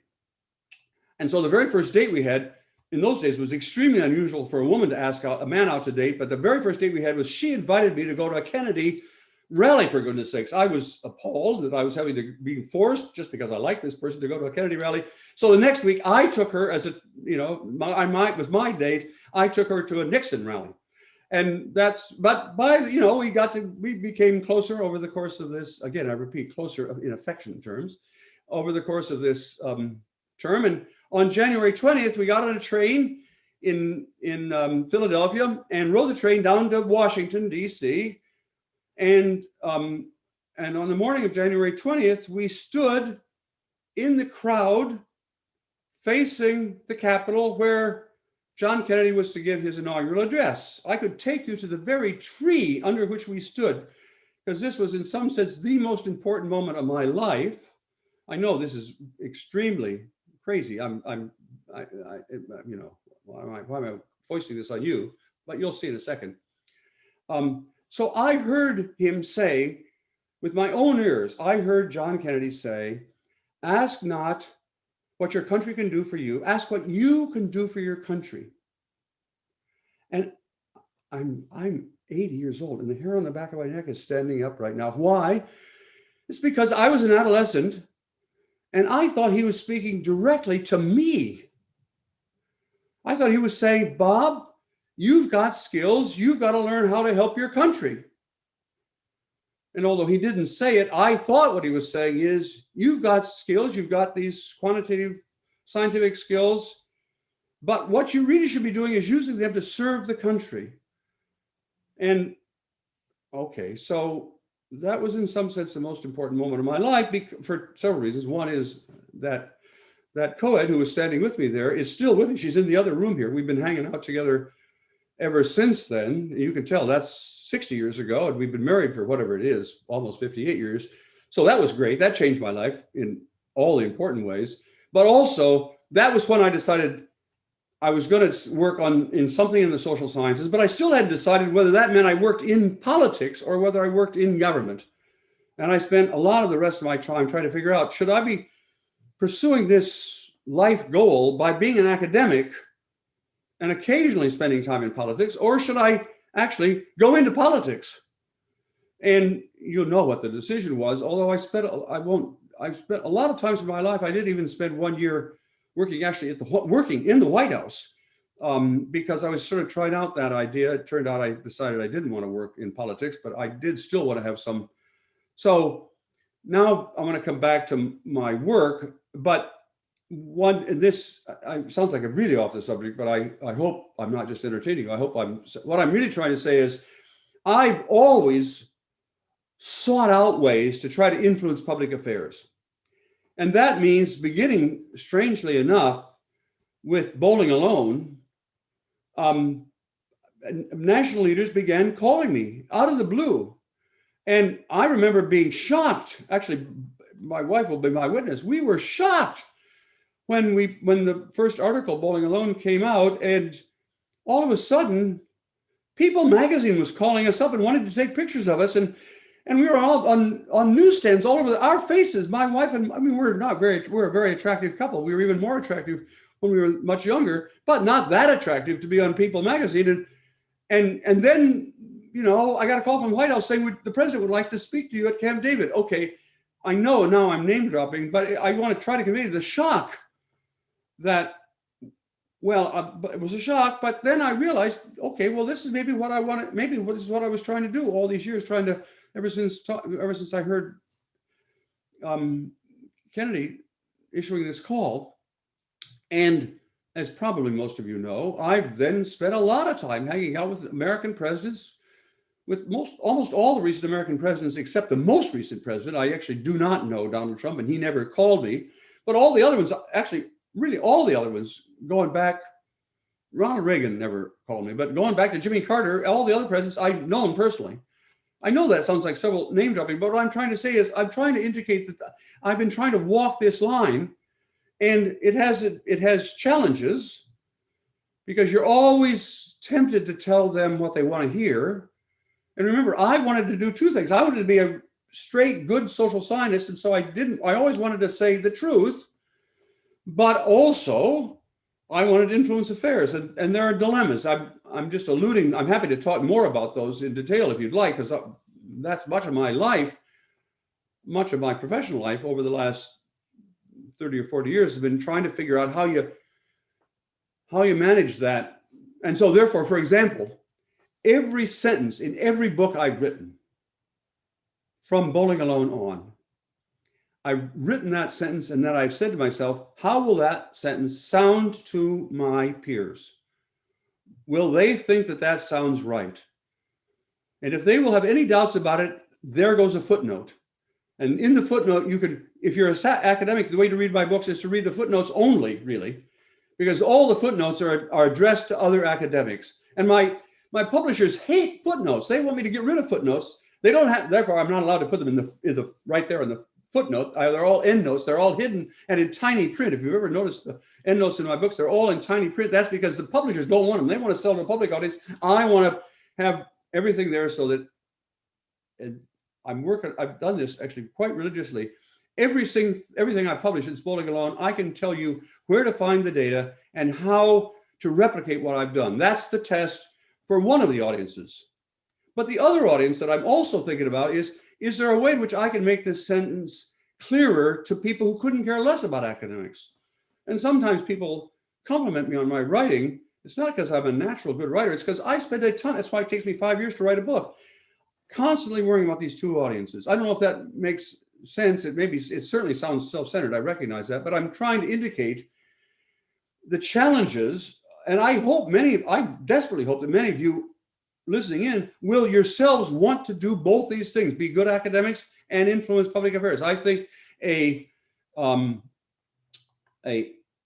fundamental obligation of social science, I'm sorry, I'm going to be a preacher here for a while, a fundamental obligation of social scientists are generally treated very well. I'm the people of America, through various channels, through tuition and through grants and so on, pay me to do what I would want to do for free. So I live an incredibly privileged life. And in some sense, all academics do. I understand I live an even more privileged life than most academics, but almost all of us are doing most of the time what we would like to do.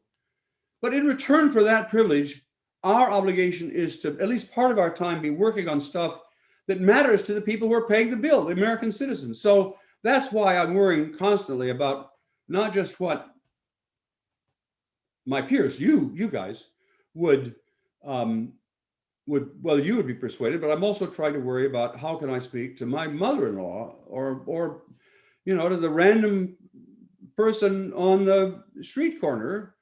I don't mean literally the person on the street corner. My test actually is also always my mother-in-law. My mother-in-law, Rosemary's mother, was an extremely talented, very smart person, very interested in political science, very interested in politics, extremely uninterested in social science. She couldn't imagine what her daughter had gotten herself hooked into, because he wrote with all this, or at least his field seemed to write with all this blah, blah, blah language, jargon. So my test was, beginning with Bowling Alone, if I write this, will Zelda, Rosemary's mother, actually understand and appreciate what I'm trying to do? That's my test. And I think that's the right test for actually all of us. All of us, at least most of the time, not all of us all the time, of course, but many of us, much of the time, should be writing for my grandmother. Or is that making sense? Have I been too quick here? I mean seriously, I'm now trying to say as an obligation, social science to have, not every social scientist and not all the time, but much of the time, we are failing our obligation to actually, and this requires us to cross the fact value line, right? Because it means, we can talk about that later. It means that I'm constantly saying to people, do such and I wanted Rosemary's mother not just to understand, I wanted to make an impact on policy, and that meant I had values, but I was trying to use facts to make the case for policies to seek those values. Of course, the issue of fact and value is a really complicated one, and I'm happy to talk about it in questions. It's a very complicated one. I don't mean it's a simple one, but what I'm trying to say is the simple version, there's a label for this, but the simple view that you should separate facts, just tell the facts, and values, and those are just completely different story, positivism, I think is the label that's sometimes used for that. I think that's nuts, actually, at least simple-minded positivism. Okay, I'll get off that. Now, so after finishing, I told you I'm going to talk about our kids, but I've tried to give a little bit of color commentary on the way to getting to our kids. After, by the way, Hannah Mokhta, you happen to be the person who's in the center of my screen. So every word I'm speaking to you. And when you nod, that means I appreciate. And when you, so you're representing the whole darn group. And if there's something you don't like and you frown or you think it wasn't clear, I immediately try to correct that. So thank you, Hannah, for being my key person here. I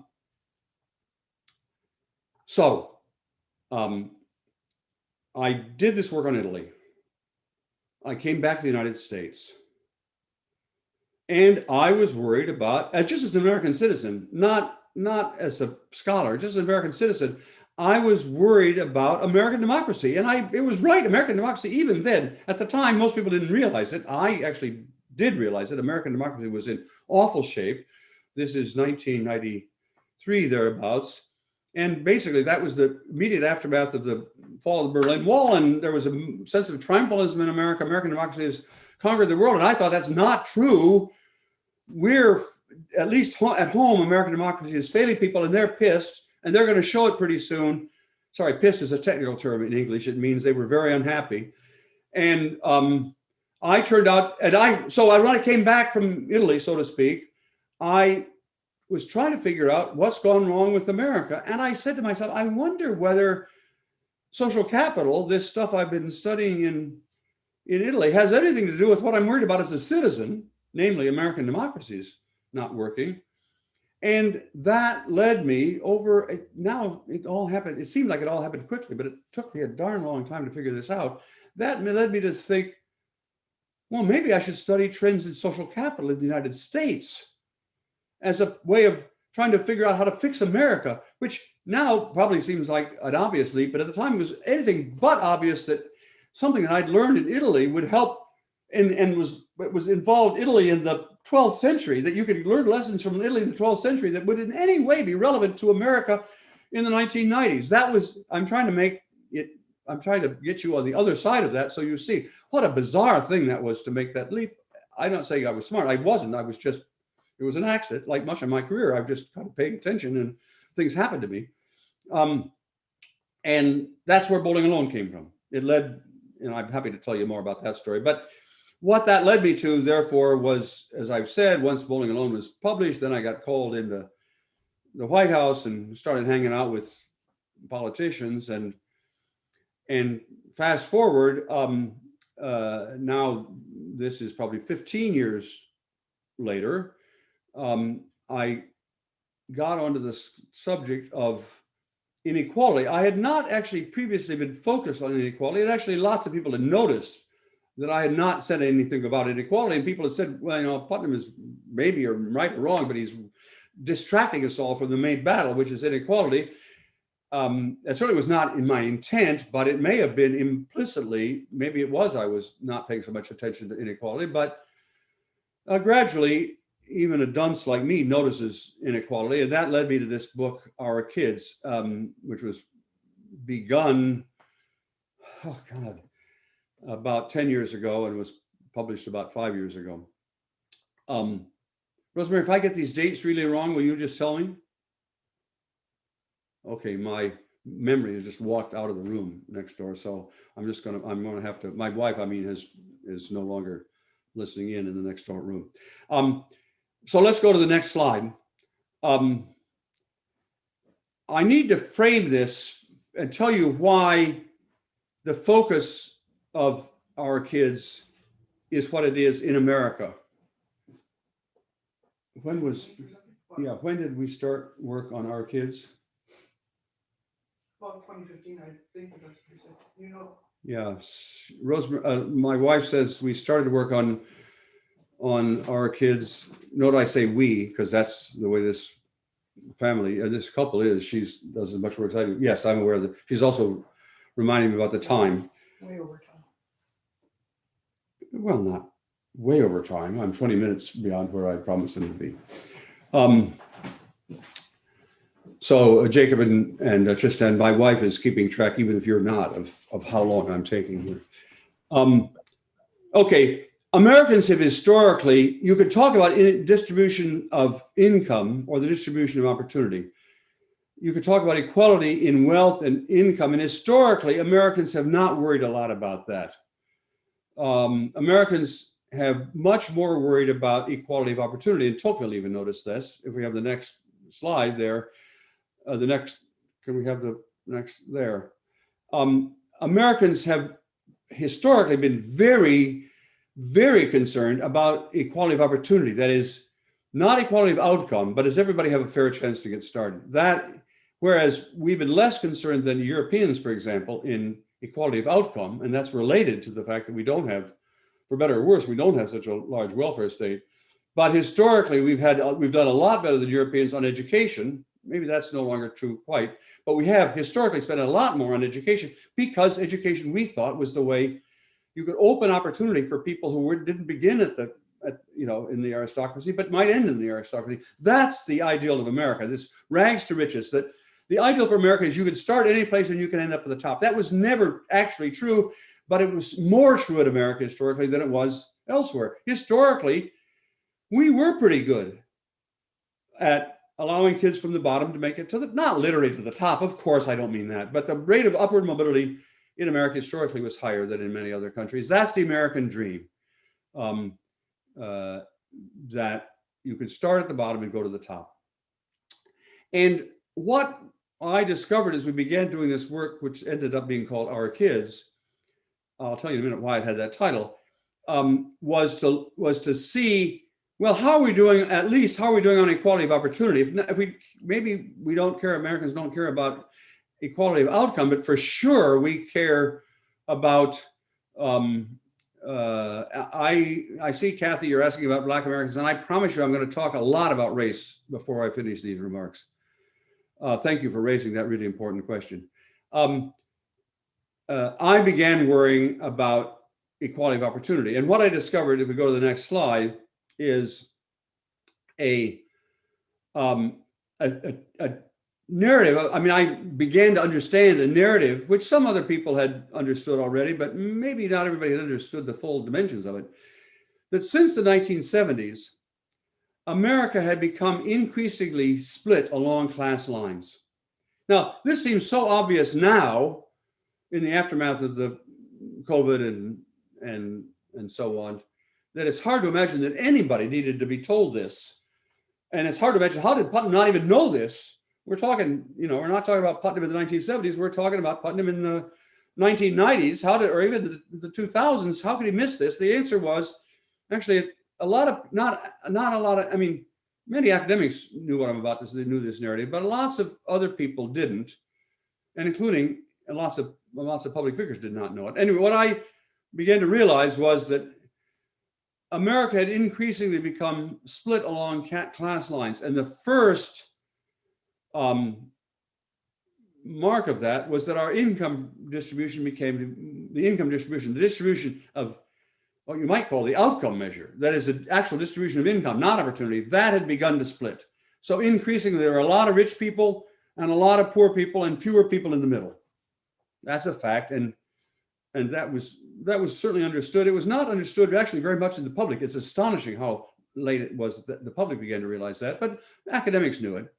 And what was a little less visible to people, indeed, I would say now we're talking about things that really only academics were aware of. Not only were there rich people and poor people, but increasingly they were segregated. Those two groups were segregated, that white folks were increasingly, not white folks, but it was white too, but upper class folks, mostly white, increasingly were settling on one side of town, and poor people were increasingly settling on the other side of town. And there were fewer and fewer Americans living in mixed or moderate income neighborhoods. First of all, fewer Americans of moderate income, but secondly, even in the older days, there had at least been some poor folks and rich folks living pretty near each other. And over the last 20 or 30 years, there's been a centrifugal force away from the center in terms of first of all, the distribution of income. Secondly, in terms of segregation, increasingly people married only people from their own class.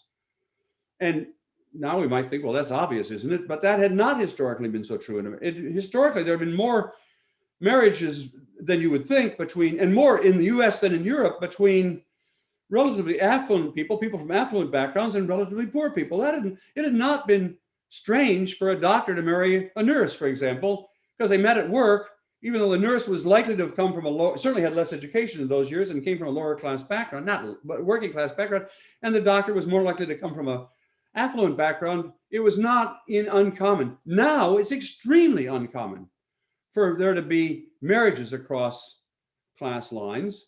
And as I've already said, class segregation was increasing residentially and educationally. They were increasingly in separate schools. And increasingly, all of the rich kids were going increasingly either to private schools where only other rich kids could go, or to public schools where only other rich kids went. So increasingly, these white folks, this is the point, it's not just, this may have been always true, but increasingly, American white folks, American rich and white folks, it was mostly actually class, but it was also race, were increasingly living in a hermetically sealed society in which they only knew one another, they only lived around one another, they only married one another, and white and non-white and poor white, including poor whites, actually. It's important to keep in mind that this distinction I'm talking about is not just about race, it is also about class. Indeed, statistically speaking, it's actually more about class than it is about race, although it's both. And finally, over on the poor side of town, both among whites and among blacks on the poor side of town, family, what you might call social capital, began to collapse. Family ties and social ties began to collapse. It was still fine over here on the rich side of town. They were still going to the PTA meetings. They were still going to they were still connecting with their neighbors and trusting their neighbors. Well, of course, they were only living around other white rich folks. But on this side of town, first of all, the cops were less good over there. And secondly, the people over there were all poor and they had poor education, and they were living in really awful conditions. And the social bonds, despite some romanticism about, well, all poor people know each other and love each other, actually romantically, that's not, in reality terms, that's not true. And so social capital was strong over there, weak over there. Now, what did that mean? What were the consequences of that for what I'm interested in, which is opportunity, right? And you probably have already seen instantly, my God, each of those changes he's described means that there's not just a gap between rich kids and poor kids, but that gap is growing. And the core to understanding, all you need to understand if you want to understand the book, Our Kids, is that is trend lines for rich kids from rich families going up and trend lines for poor kids going down. If we have the next slide, maybe there's a graph like that, if I'm lucky. Let's have the next slide. No, I don't have any of the graphs because I was trying to save you a little time. And if you read Our Kids, you'll see it's full of graphs like that, which shows increasingly rich kids are doing better. My grandchildren, and I am in the book clear about this, my grandchildren, who are all privileged, they're wonderful kids. I'd like you to meet them. They're all terrific. They're not even all white, because some of them are a mixed race, my grandchildren, but they're all upper class, and they've all gone to the best schools in America, and they all have their mothers reading to them all that. Their mother has read to them, and they've lived in nice neighborhoods, and they're on this. So my grandchildren are on this up line, but there are a lot of other people who are not them, who are just like my grandchildren. They could be my very grandchildren, except the accident of birth meant that my grandchildren started off on this upward line, and all those other, they could have been my grandchildren. We could call them my imaginary grandchildren. They're on a down line. And another thing that I'm proud of about the book, Our Kids, is I'd always realized that there was importance for non-quantitative social science. Of course, I'd understood that. But as my books went on and on, I began to think more and more about using ethnographic data, that is, trying to describe the lives of real people that would illustrate my data. And that there was a big jump in that. Our Kids marks a change in which I began to front load or put on at the beginning of every chapter, or to highlight the stories of kids, both rich kids and poor kids. And including, it was the first time that I personally appear in my book, because the opening chapter of that book is about my growing up in my hometown of Port Clinton, Ohio. And when I grew up, I don't want to romanticize it, but when I grew up in my hometown in Port Clinton, Ohio in the 1950s, that's the advantage of being really old. I can do history just by consulting my own memory. If you go back to Port Clinton in the 1950s, and then of course I confirmed every one of my memories because I'm always thinking about scholars. So I confirmed every one of my memories by going back to every scrap of data available about Port Clinton, Ohio in the 1950s. And my memory was not wrong. It was a decent middle-class place. There was nobody very rich in town, nobody very poor in town. We all played on the same sports teams, including, and this was important to me because I was now becoming more interested and more aware of race. It is true, and I can name for you that there were 3 Black kids in my graduating class of Port Clinton. And they did suffer from structural racism, no doubt about it. And I was unaware of it, and to some extent they were unaware of it. Remember, this is the 1950s. So nobody really outside of academy was talking about structural racism. But they were suffering from structural racism. Of course they were, but they were not suffering in Port Clinton from ordinary racism. They were, of the 2 of the 3 kids that were in my class, that I would say really basically 2, one left the class partway through, but the 2 kids were respectively the president of the student council, that is the top government in student government, and the president of my senior class. And the person, one of the black guy in this group actually beat me personally for being president of my senior class. That was a big stature. And he still teases me about the fact that he's very proud of the fact that he beat Bob Putnam to become the president of our senior class. I'm not bragging. What I'm trying to say is, I am bragging about it, right? Because what it was saying is, in the school, there was not a lot of racism, but there was a lot of structural racism. But all of that, good, bad, and indifferent, I described in this opening chapter. And Port Clinton now is an extremely different place. Rich kids and poor kids. There are some rich kids in Port Clinton, surprisingly, but they live in a completely different area. They go to different schools. Port Clinton itself represents this V curve, if you see what I mean. Well, at any rate, if you go back to the slide, the consequence of those V's is that a growing gap between rich kids and poor kids, partly due to my work, I have to say, but partly due to a lot of work of other scholars. That gap, the opportunity gap, and indeed the word opportunity gap, I'm not sure if I coined it, but I was one of the people who popularized it. That began to be widely discussed in the years between when Our Kids was published, the 5 years basically between when Our Kids was published and the crises of 2020. And I'm sorry, more name dropping. I, by this point, had become actually quite close to Hillary Clinton, and she, I was one of her senior advisors actually during the campaign of 2000, whatever that was, 2016, I think, that she ran for president. She also ran against Barack Obama, but in 2016, we all thought she was going to win. I could tell you a lot more about my interaction with her, which is, I think the world of her. But both she and another candidate early in the race, Jeb Bush, who's the brother of the president, George W. Bush, he also, for some reason, fell in love with the idea of social capital. Jeb Bush, by the way, he's a minor figure now in American politics, but he might have been president. He could give you a lecture on social capital. He really understands the terms.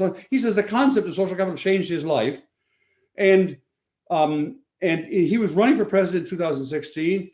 And he and Hillary Clinton both made the third opportunity gap leading parts of their campaign. And so why am I bragging about that? Well, of course I'm bragging partly personally, but I'm partly trying to say this idea had gone pretty quickly from purely academics to being a central issue in American politics. Well, that's kind of what I've been trying to do. So I felt good about that. And then, of course, as maybe most of you will know, Hillary Clinton did not win the presidency in 2016. Everybody was shocked. I was shocked. She was shocked, but Trump became president. So even before 2000, even when Trump was being elected, people had recognized this opportunity gap.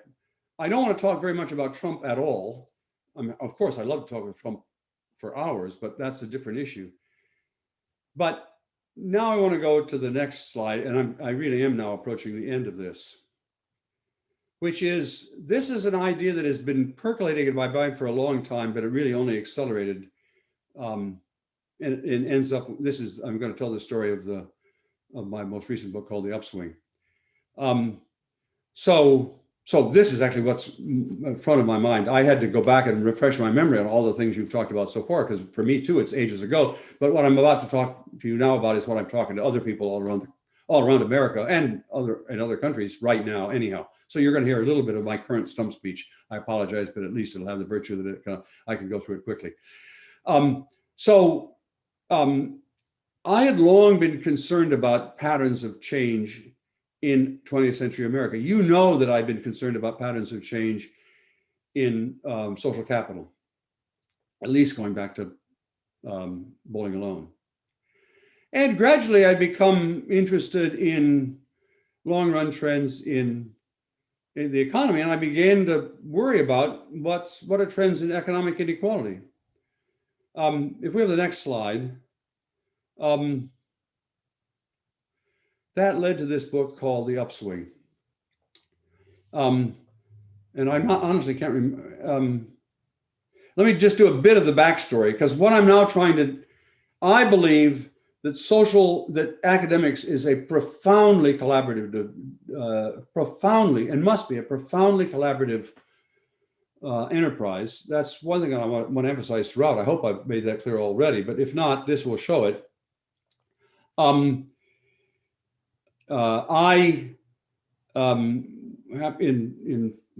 2000, what year were we in Oxford, Rosemary? 2005? No, 2015. God. We were at Oxford. I was beginning to notice these trends in the odd shape. I was familiar from Bowling Alone with this odd shape of social capital over the course of the 20th century. I knew that it was a curvilinear pattern, even though I myself had focused only on the last 50 years. I vaguely knew that social capital might have a trend that looked not linear down, but that there'd been periods when it was going up. I knew that vaguely. And I knew that economics, completely apart from me, economics had been a number of economists, the French economists notoriously, but also some American economists had been looking at long-run trends in economic inequality in America. And they too had shown this strange curvilinear upside down curve. Well, actually they showed it as right, the curve flipped the other way, but it was for sure the same curve. And that puzzled me that year that I was in Oxford, and I began asking other people. I gave a seminar. It was not a year, it was just a term, but I gave a seminar at Nuffield, back at Nuffield. And somebody said, several people said, that curve that you're talking about is actually reminiscent of other things. There's a curve about family structure that looks just like that. And I knew nothing about demography or family structure, but these people there said, I had lunch and said, take a look at that literature on birth rates and marriage rates and so on. That's going to look a lot like this. I said, I didn't know that. And then I gave a talk, and a former graduate student of mine happened to be sitting in the back of the auditorium, and she said, I bet there might be, you could measure changes in culture that map that. She said, about this app called Ngram? I had never heard of Ngram in my life. I don't know how many of you, raise your hand if I can see some of you, if you've ever heard of the expression, the term Ngram. Okay, great. Ngram is you can still do it. It's an app. If you go to this app and click on it, and it's basically gives you access to the whole database of all books published ever, actually any place in the world, but certainly all books published in America, going back 300 or 400 years. Every book has been digitized, and therefore, if you put a word, any word in that little space there, and press a button, you can find out the long run trend in the use of that word in written and read language. I mean, books, culture of that. So you plug in the word in America, at least in America, you plug in the word laser. And you can look for 300 years, nobody in America is writing or reading about laser at all until suddenly, 1957, people begin talking about it. So you see a little upturn as people begin writing and talking about laser. And then it begins slowly, finally, by now, laser is no longer being talked about. It's a mark of how visible in American cultural terms, but also in American life, of course, lasers are. Or you can type in really simple words like and, A-N-D, one of the most common words in American language, and look at the frequency of the word and over 300 years, and it's flat. There has not been a change. We use the word and just about as often as Shakespeare did in his written works. That is, it's a constant, amazingly flat curve. I got this idea, and this woman at the back of the room in the Oxford lecture hall said to me, Bob, because everybody calls me Bob, have you ever thought about looking at Ngram to see if you can look for changes in culture? And one thing led to another, and a few months later, I had this idea. Well, suppose I just look at the very simplest pronouns. I look at the ratio of we, that is the first person plural in English, and most, in Italian, it would be noi, or is that French? I mean, anyway, there's a word, and then the other is the first person singular. America does distinguish between intimate and non-intimate second person. You, I know it has, Sie and du have different meanings in German and so on, but I and we works pretty simple. In English, it certainly works simply. You can look at the ratio of the frequency of the use of the word we to the use of the word I, first person plural to first person singular. And if you draw that graph looks exactly like that same upturned U curve that we'd found in economics and social capital, and in sociology and economics, and it turned out also political polarization. Whoa. So back now, I'm stepped back out of the commentator on my work and the backstory to the actual work. Here it is. The next slide, please, and I'll go quickly here. It turns out that America today, I'm talking about America right now, in America in 2021, America has reached historic levels of political polarization. America has virtually never been as polarized politically as we are now, except for the period between 1860 and 1865, which is our Civil War. So we're that, I don't mean we're on the verge yet of a civil war, but that's the territory where America's in right now. And economic inequality. Again, we have pretty good data on economic inequality over long periods of time, and America probably has never been as unequal in the distribution of income as we are now. I mean, and we're probably never as socially isolated. We have less social capital now than we ever did. That's a little more controversial because it's hard to get data on social capital. And we're probably more self-centered than we have ever been. As my mother would say, using an Americanism that is virtually untranslatable, some of you will have to figure out how to translate this, America's in a pickle. That is, America's in a really bad shape. Is any German speaker here going to help me how to translate pickle into, I don't know. It means America's in a really bad place. And we are. It didn't take me to tell you that. Every American knows that. But the question is, how do we get here? And so we go to the next couple of slides. I'll show you these charts, some charts, so you can see that I really believe in data. Next chart, please. This is trends in economic inequality over the last 150 years. You can see over at the left-hand side there, the hard data began only in 1913, because that's when we created the American federal, the income tax. So we began collecting good data on income distribution in 1913, but the data that we have before that, a little less rigorous, confirms this. America at the end of the 19th century, it was called the Gilded Age in America. It was in a way, the peak of our industrial revolution. There were great monopolies, and rich folks were really rich. And so in that period, American society was encapsulated in the contrast between the rich folks living on the Upper East Side of New York, where huge wealthy mansions lived, and the Lower East Side of New York, which is where the huddled masses, the poor immigrants, all lived, and within 10 miles of each other. And that captured this incredible economic inequality of that period. But you can see that beginning in the first years of the 20th century, that began to change. We began having a little more equality. There's a dip in the 1920s, a pause in the 1920s. That's what's in America is called the Roaring 20s. It's when the stock market went up, which helped rich people for a while. But then, beginning even before the stock market crash, that line turned up, and it went straight up. America is becoming more and more equal all through the 30s and 40s and 50s and into the 60s. We were becoming more and more equal. And these are big changes. Pause for just a second up there at the top. America in the 1960s, and you'll all be shocked at this, I think. The distribution of income in America in the 1960s was about as equal or more equal as Sweden or Denmark or Norway. That is, we looked internationally, we were at the top of the league. We were an incredibly equal country. Now, somebody in the chat line asked about measurements. I'm trying to avoid talking about detailed measurements here because otherwise we never get through this talk. But each of the data points in this curve, each one of those little data points is itself based on 6 or 7 separate measures, all of which go here.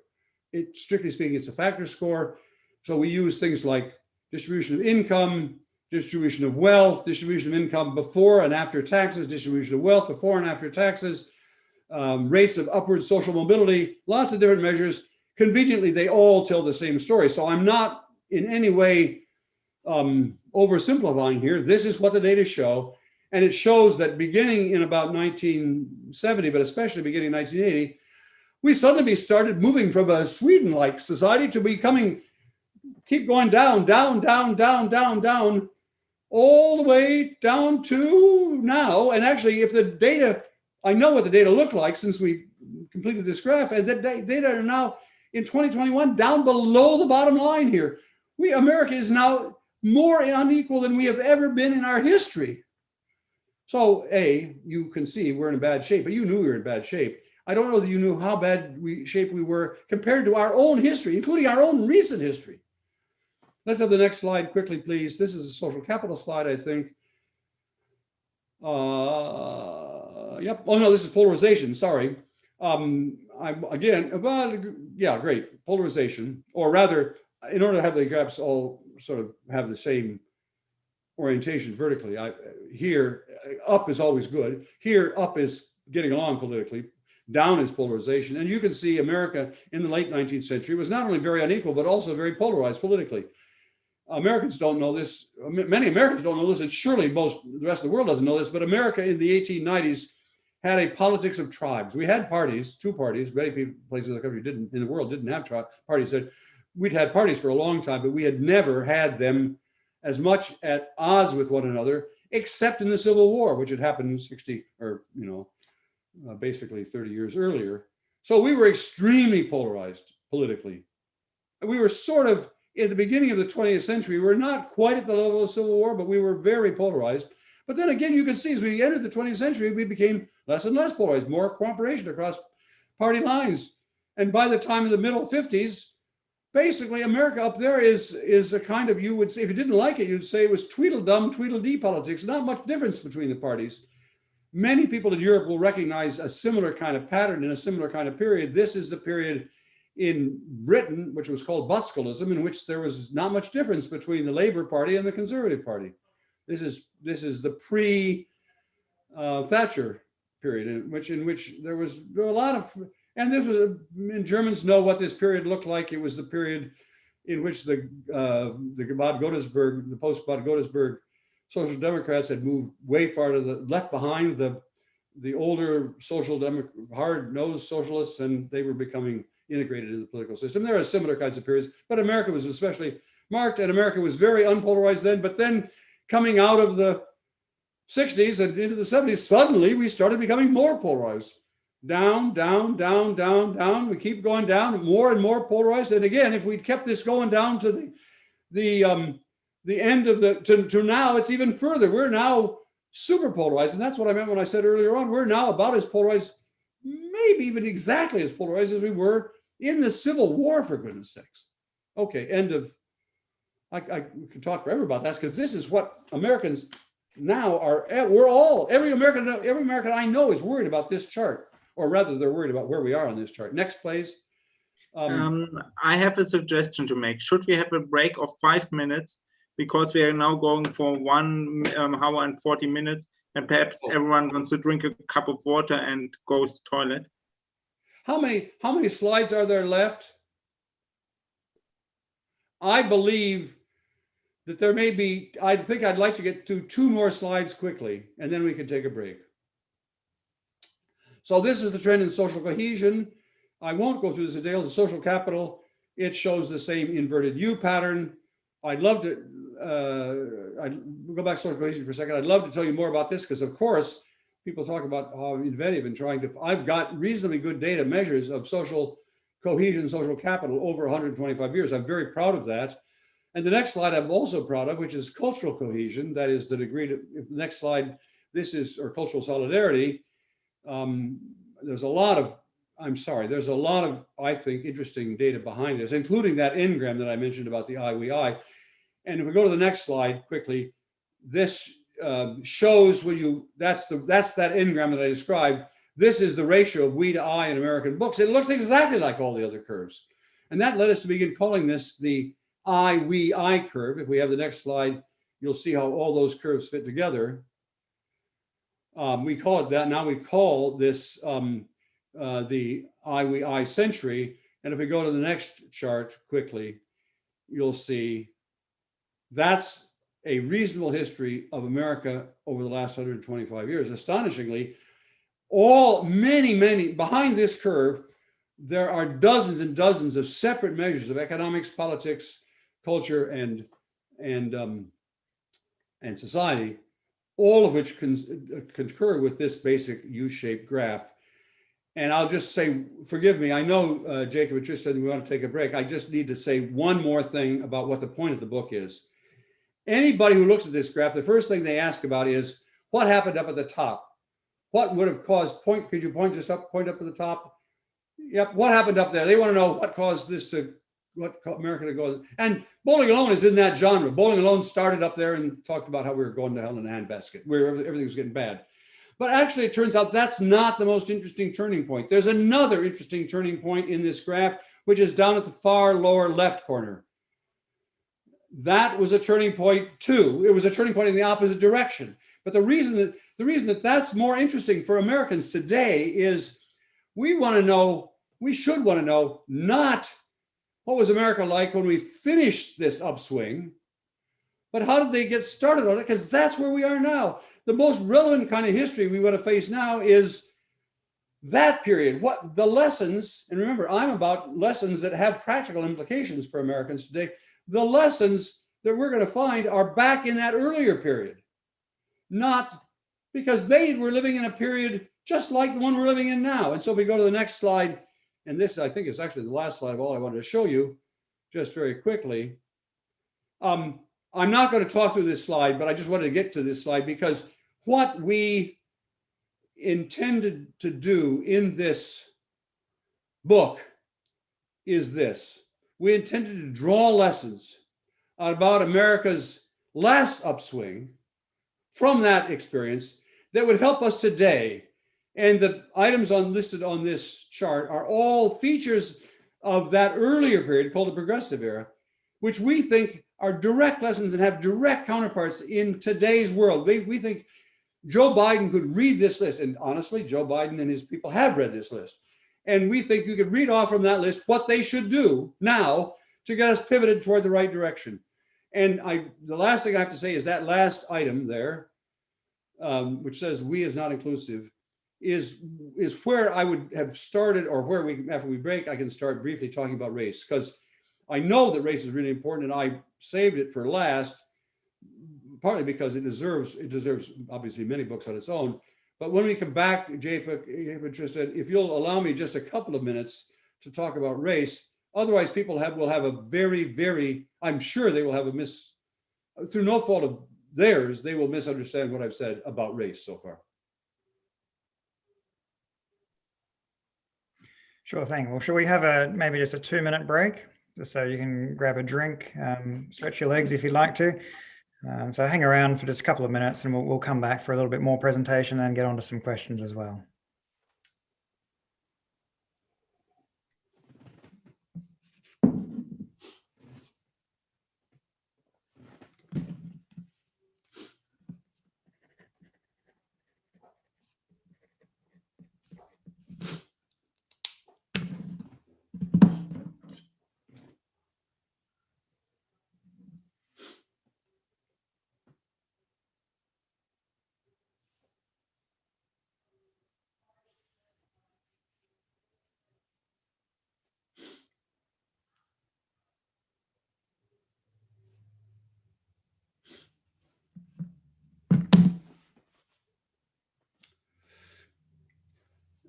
Jacob and Tristan and Marion, I have a hard break. I know that I'm the one responsible for the fact we've gone overtime, and I apologize deeply for that. No need. It's fascinating. It's really fascinating. Look at the numbers. I have a hard break at 12:30. I have another Zoom appointment. Actually, bizarrely, it's a Zoom appointment to correct a problem in my computer setup here. So it's not just that I have got to join my wife to get away Friday evening, although that's also true. That's why she's been in the background nagging me to finish this up. Also, she's lived through all these stories, so she's bored out of her mind actually by this. Well, not quite bored, because she's lived through it too. I'm telling you a little bit of her history, but I'm sorry. Is there any way quickly for me to see lots of the chat line? Let me see if I can. We have made a Google Doc with all questions. One moment. I was only just 1 second. What I'm going to try to do is quickly go back, and while we're waiting for everybody to come back, God, this goes on a long ways. Those are all these hellos. There are a lot of chat messages here. Bob, we've actually filtered out a lot of the questions into a Google document. So can I see it instantly? I've sent it to you. Okay. If you can check your email, you should have it. Great.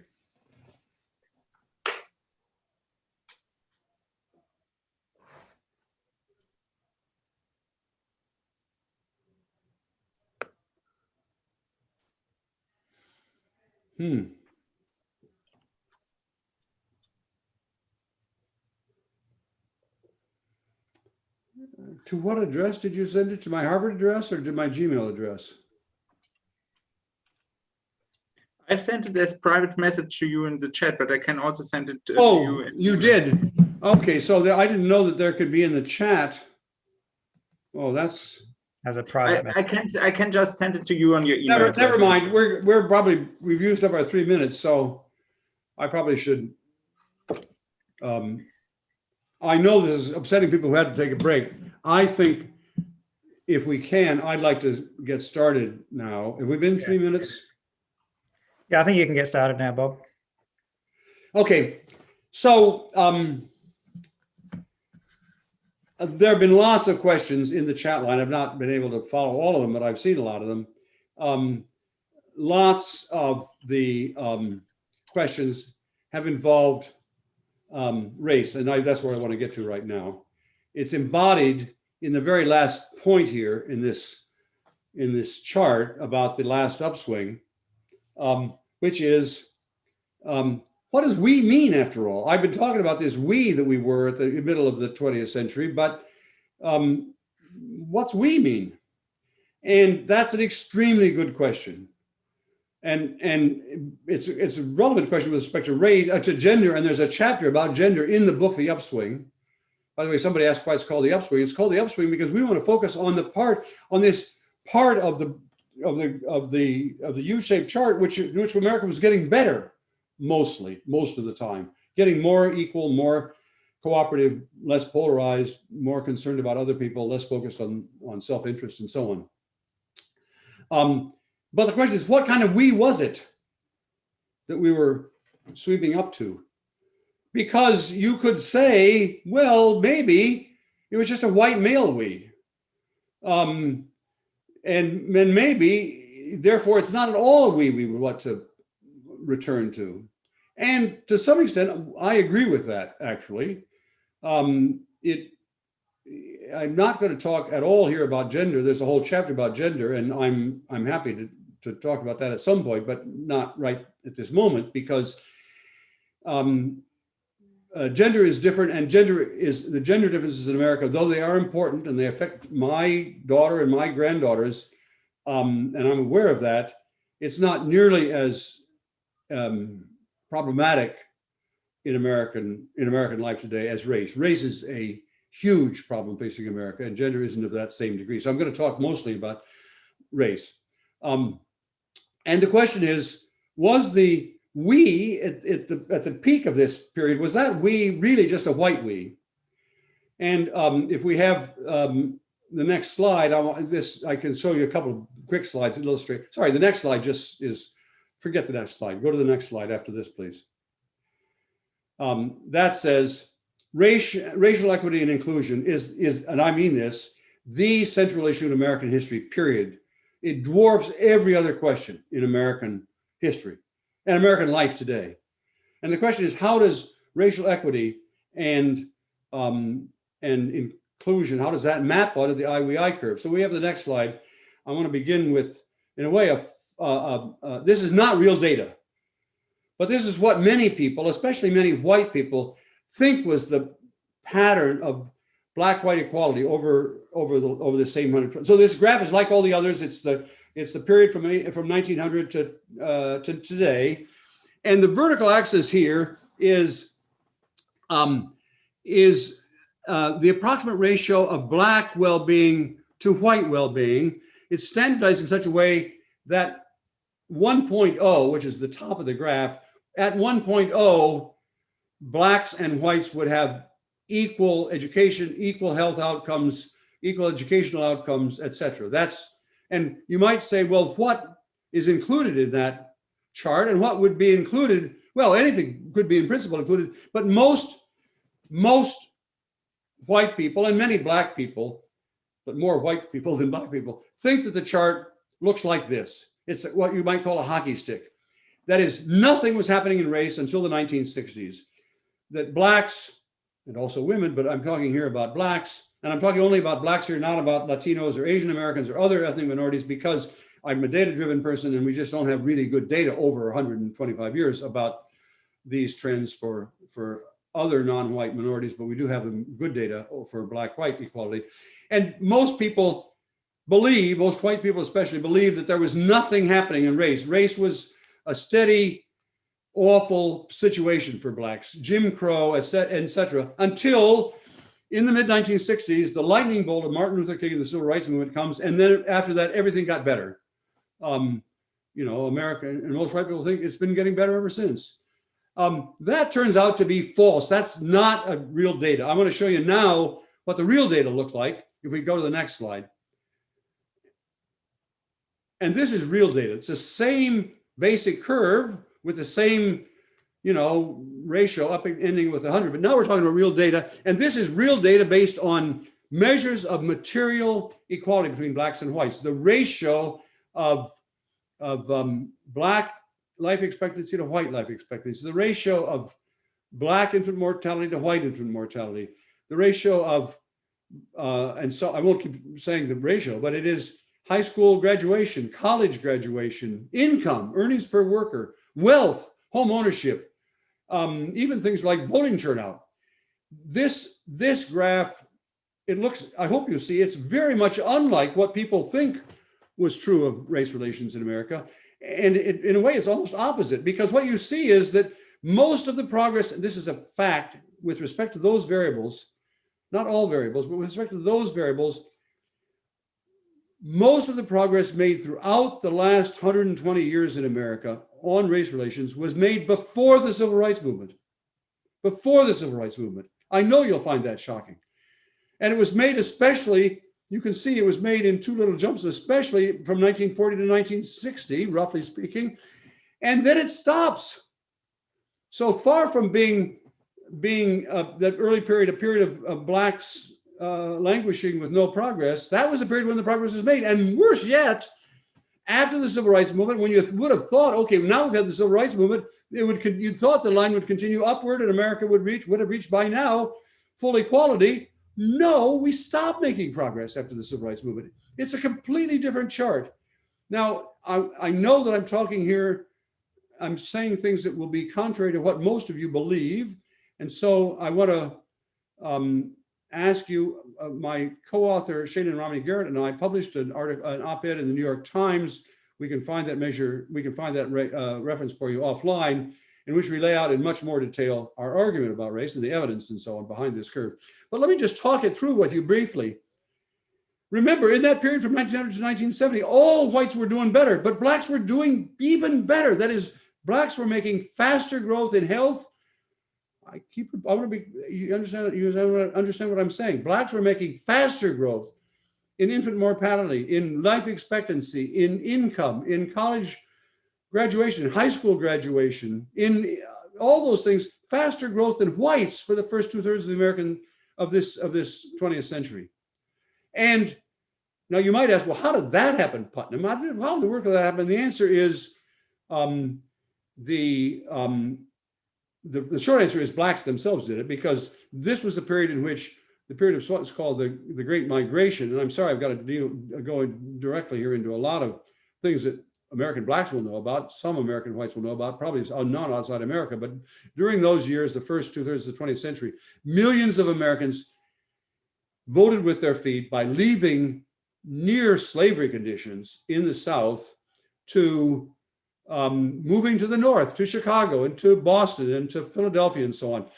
There was segregation and inequality in Boston and Philadelphia and Chicago, but it wasn't nearly as bad as it had been in the South. So relative to whites in the North, blacks were still discriminated against, but relative to the condition of blacks in the South, they were narrowing the gap by their own choices. There were also some things that white people did during that period, but that was mostly black people marching to freedom and marching toward equality. And that's the explanation for the true fact that blacks in 1970 they were not equal to whites. It was 0.7. You can see it's not all the way up to the top. But they were way better than blacks had been in 1900. But even more troubling, well, much more troubling and even more surprising, is that then the progress stopped. And between 1970, and this is directly related to the Black Lives Matter movement. It's directly related to what was happening after the murder of George Floyd in Minneapolis last summer. Of course, the black people and to some extent white people who were protesting after that murder, were upset about black murder by white law enforcement. That's actually an echo of lynchings that had happened much earlier in American history too. But they were not only reacting against that police brutality and police malfeasance, they were reacting against the fact that they knew these are now the children or the grandchildren of the Civil Rights Revolution, and they knew for a fact, and this graph just shows it, that the promises of the American Civil Rights Revolution were never followed through. White people were willing to applaud the legal progress. That's what happened in the 1960s when Americans passed the civil rights legislation, giving blacks legal equality, formal equality. But as soon as that began to be translated into actual behavior, allowing not just in principle black kids to go to white schools, but allowing black kids to go to your white schools, where your kids go, there was a white backlash. And that backlash ended virtually all progress, so that, for example, to take a single example, now today in America, there is less home ownership by blacks compared to whites than there had been in 1966 when the Fair Housing Act was passed in the middle of the Civil Rights Revolution. So we've been going backwards. And Black folks know that. And part of our effort in this book is to show white folks who mostly don't know this. Of course, it's obvious why Black folks are unhappy in America today. It's structural racism, which we just didn't touch in the Civil Rights Revolution, and that's the agenda for America. So now, how does this relate to the I curve? Well, you'll have noticed that during the we period here up until 1960, America was actually becoming more racially equal. And during the I period, after the mid-1960s, America stopped becoming more equal and to some extent became less equal in racial terms. Now, there are different interpretations of that. One question is, well, did the racial backlash cause the movement to a more I society? And there's some evidence for that. That is, to some extent, the reversal of the basic I curve was itself caused by the racism of the white backlash. But you could also interpret it the other way. The individualism, the heavy emphasis on individual rights and not on our collective responsibilities of the last half century, since the 1960s, has not been good for Black equality. I mean, I would certainly argue that I-ness is not good for Blacks and other minorities. America's most open period there are some measures that are contrary to this, but basically, America was most open to immigration and most open to improved racial equality in 1965 at the I peak. America's I was, for the most part, one that was not perfect. America's we was hardly perfect, but it was an I that was open to expansion. It was becoming gradually, imperfectly, but gradually more inclusive. But when we turned to the I period, after 1965, we certainly did not become better with respect to racial equality, and we became worse with respect to attitudes toward immigrants. So I do want to claim that the I curve is highly relevant to issues of race. I've gone on way too long, and I apologize for that, but I wanted to be able to talk a little bit to this issue of race. I'm now, as you know, I'm going to have to break off here in probably 20 minutes, but I'm open to questions. If you want to highlight some, Tristan or Jacob, I don't know who's calling, but at this point, I'm at your curve. And you can pull down the slides now. We don't need those anymore. Yeah, absolutely. Thanks very much, Bob. I think we could listen to you for hours, and it's only really your time constraint that I think is probably limiting people staying on and continuing to listen to what you have to say. Right. I think we still have over 300 people on Zoom, and I think there's at least 50 or so people watching live on the YouTube stream as well. So certainly the audience is very engaged and is loving everything that you have to say. I think I might start with a question. I started Social Capital Research as the website around about 20 years ago, and I get a lot of questions from people who want to do social capital research, of course, as a result of that. And I find the distinction between bonding and bridging social capital, it's incredibly intuitive, and it makes a huge amount of sense, and you just want to go out and imply it. But I get a lot of questions from people who want to imply it empirically, and they struggle with the way to go about doing that. I was wondering, with all of your experience, if you had any advice for those people. Yeah, well, it's a tough question, of course. In my empirical work, you could tell I'm still what you might call a methodological individualist. I still usually use the individual as unit of analysis and usually use survey research. And that means my initial personal reaction to that is to look at measures of people's reported behavior and their reported attitudes. And so I look at things like, there's a standard social distance question that comes from way back in social psychology, actually, about it's sometimes caricatured as, would you let your daughter marry one? Now, that way of putting it is very sexist and very old fashioned, but it means, how do you feel about intermarriage? And there's some interesting data from that in America. We know that, and therefore, where this is going is, the implication is, and I believe this is true, that the more the intermarriage in a society, or the more a person is exposed to intermarriage in their personal life, the more they are open to collaboration with and tolerant of people across whatever boundary that is. So, for example, in the 1950s and 1960s, Americans were very intolerant of religious intermarriage. We've got really good in America, really long. Yes, I do, and I know my wife is reminding me that I've got to get off here by 12:30. People in the 1950s and 1960s into the 1970s, something like, I'm making these numbers from memory, but so they may be wrong, but this is the right figure. Roughly 70% of everybody said they wouldn't want their child to marry someone from a different religion. So, and at the same time, academics, just for the fun of it, were asking questions. Well, how do you feel about people marrying your child marrying someone from a different political party? If you're a Democrat, how do you feel about your child marrying a Republican? And nobody cared about it in that period. Something like 5% of Americans weirdly said, I don't want my daughter marrying a Republican or a Democrat. So now we've had the same date over time. Today, those numbers are reversed. About 70% of Americans care whether their child marries a person of the other political party. Americans today hate the idea that their child might marry a Democrat if they're Republican or vice versa. But almost nobody cares about whether their child marries someone of a different religion. And now, nobody. It's astonishing how that's, in my lifetime, in my adult lifetime, that's changed. I mean, it's a long life, but still, it's rapid social change. And sounds like I'm not answering your question, just about what I mean to be saying is, that's a good measure, I think, and there's a lot of evidence that would suggest this is true. That's a good measure of the degree to which we have today in America a lot more religious bridging social capital than we used to, and a lot less political bridging social capital than we used to.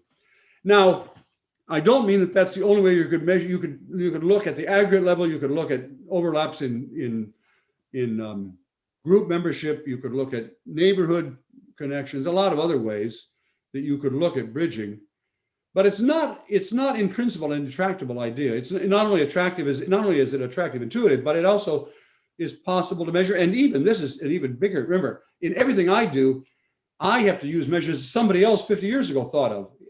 That's the real constraint of my work that none of you are faced with. Unless you're looking at change in your countries, you can make up your own good, better, much better. I could make up better measures of these things now, except I'm stuck, since I want to study change over time. I've got to rely on some long dead social scientists in the 1930s or the 19-teens who was gathering data. So I think it definitely is a crackable methodological problem, Tristan. Yeah, and I think everybody is facing similar sorts of issues, whether they're looking historically or they're looking in the present. Data availability is always going to be a challenge. You don't have unlimited resources to be able to collect everything that you want. Right. So, yeah, certainly I think your guidance on that, I think, is helpful for those people who have those kinds of issues and ask those questions.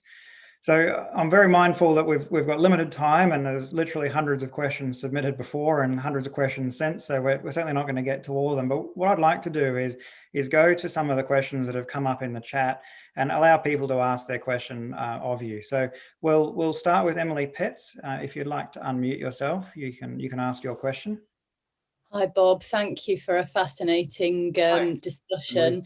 I'm interested in what ways your understanding of social capital has changed since you began researching the concept. Well, I've talked about the only important conceptual change, which was that I, early on in the first 6 months after I heard the concept, realized I'd made a mistake I'm not trying to excuse this, but borrowing from Jim Coleman, who had a definition that meant that the concept was that propositions about the empirical consequences of social capital were tautological, because the consequences, the good consequences, he thought, and I know he thought this because I talked to him later about it, he thought that only networks that had good consequences counted as social capital. And that obviously is a game stopper. I don't know how somebody as smart as he made that mistake, but I'm reasonably smart, and I made the same mistake, and I recognized it, and that was a big mistake, because if you followed that idea, then social capital is not an empirical concept useful at all, period. So big mistake made early on. Since then, I suppose I've become a little more relaxed about how to measure it. Conceptually, I've not changed at all. I'm still I go back to the core as I defined it here, and I won't repeat that, but social networks and the associated norms of reciprocity. And trust is a close concomitant of social. Trust is not part of the definition. Trustworthiness is part of the definition of social capital, in my view. But that's all, and I've become a little more relaxed about how to measure it. That's a completely different question. I've now, as I've said earlier, I've become much more relaxed about using qualitative evidence to make points. Great. I think the next question is from Joseph Malior.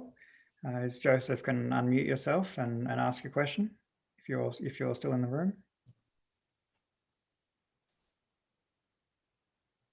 May have left. I can ask the question on Joseph's behalf. How can social capital help address political polarization of rural communities in the United States of America? And what are the effective strategies to achieve that? Yeah, that's a really big question. Of course, it's a big question in America today. It's even an interesting empirical question about the degree to which other,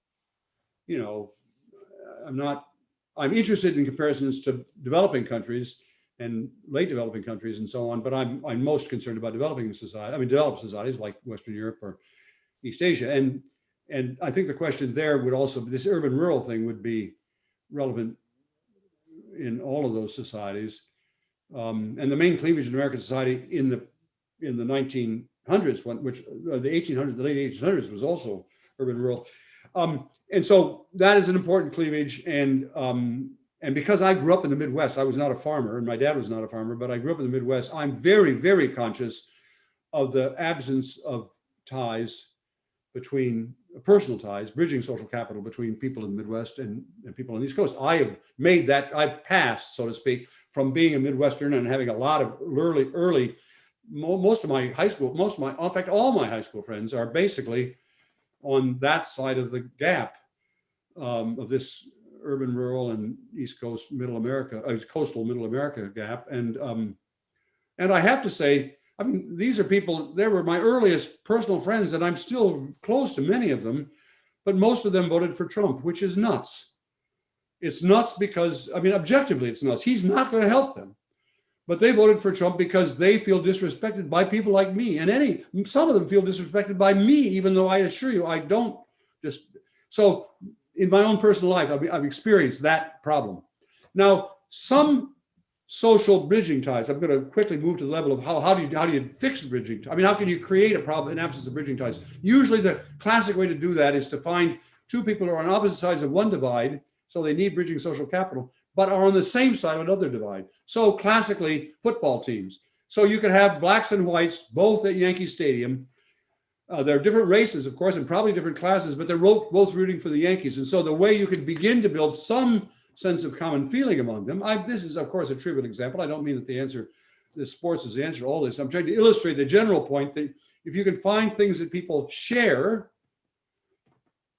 that sometimes enables them to, even though they share on something as trivial as being a sports fan, enables them to begin to have a conversation. I personally, for example, once met at a conference a very distinguished Black urban leader who was very critical of my work. I don't resent the fact he was critical of my work. He was very critical of my work. But then it turned out, bizarrely, we discovered over dinner that we had both grown up in Cleveland, Ohio in the 1950s, and we both knew every player on the 1956 Cleveland Indian baseball team.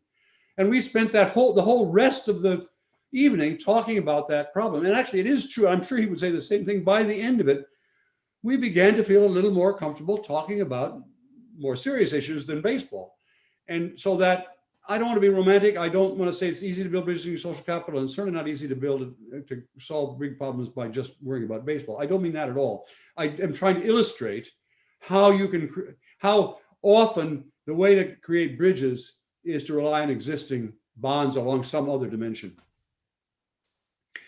Excellent. The next question is from Christian Parra from Paraguay. If you'd like to unmute yourself, you could ask your question.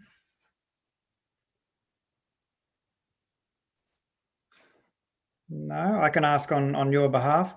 What are some experimental interventions that can be tested to increase different types of social capital and both interpersonal and institutional types of trust?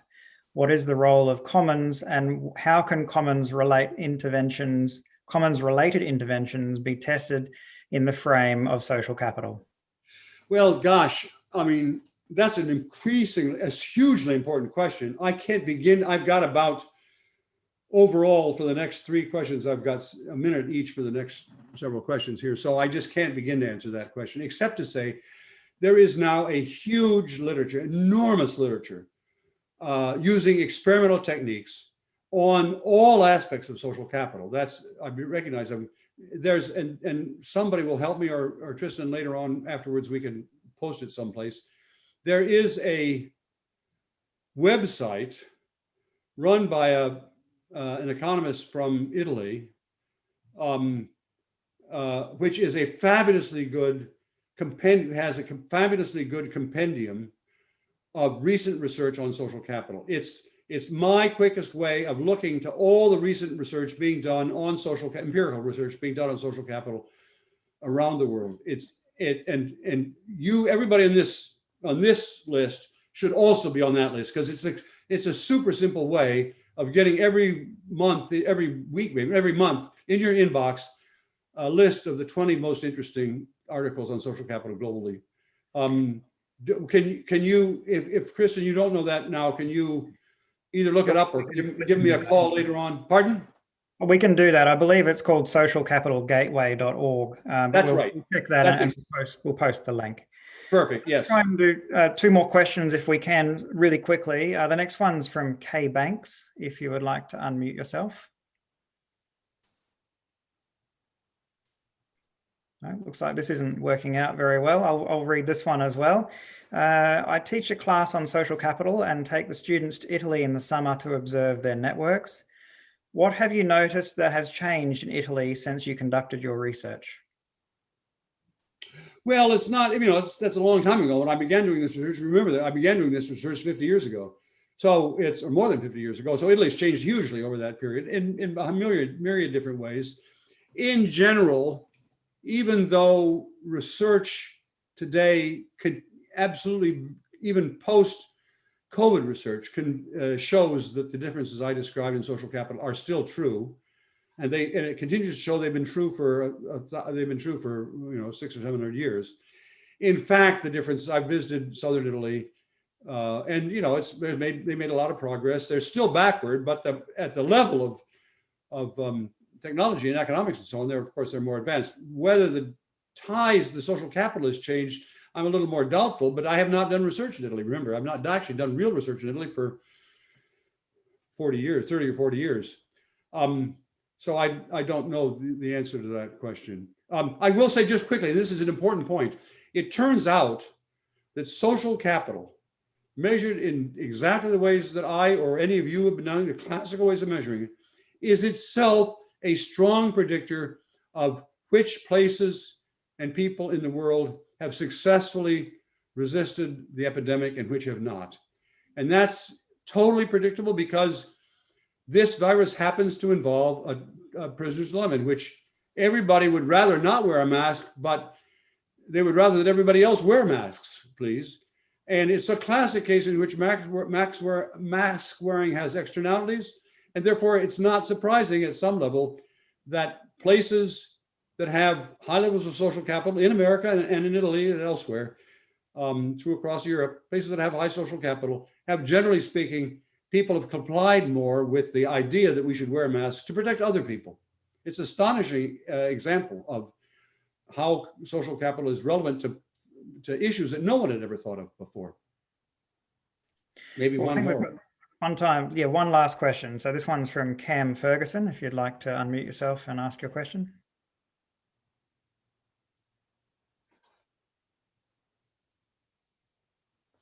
Hi, I'm sorry.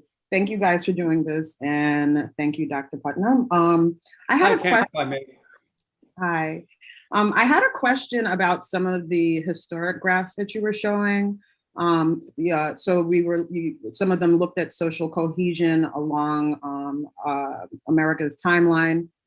And I wondered about sort of the measures or indicators that you use to measure social cohesion, because I'm just wondering about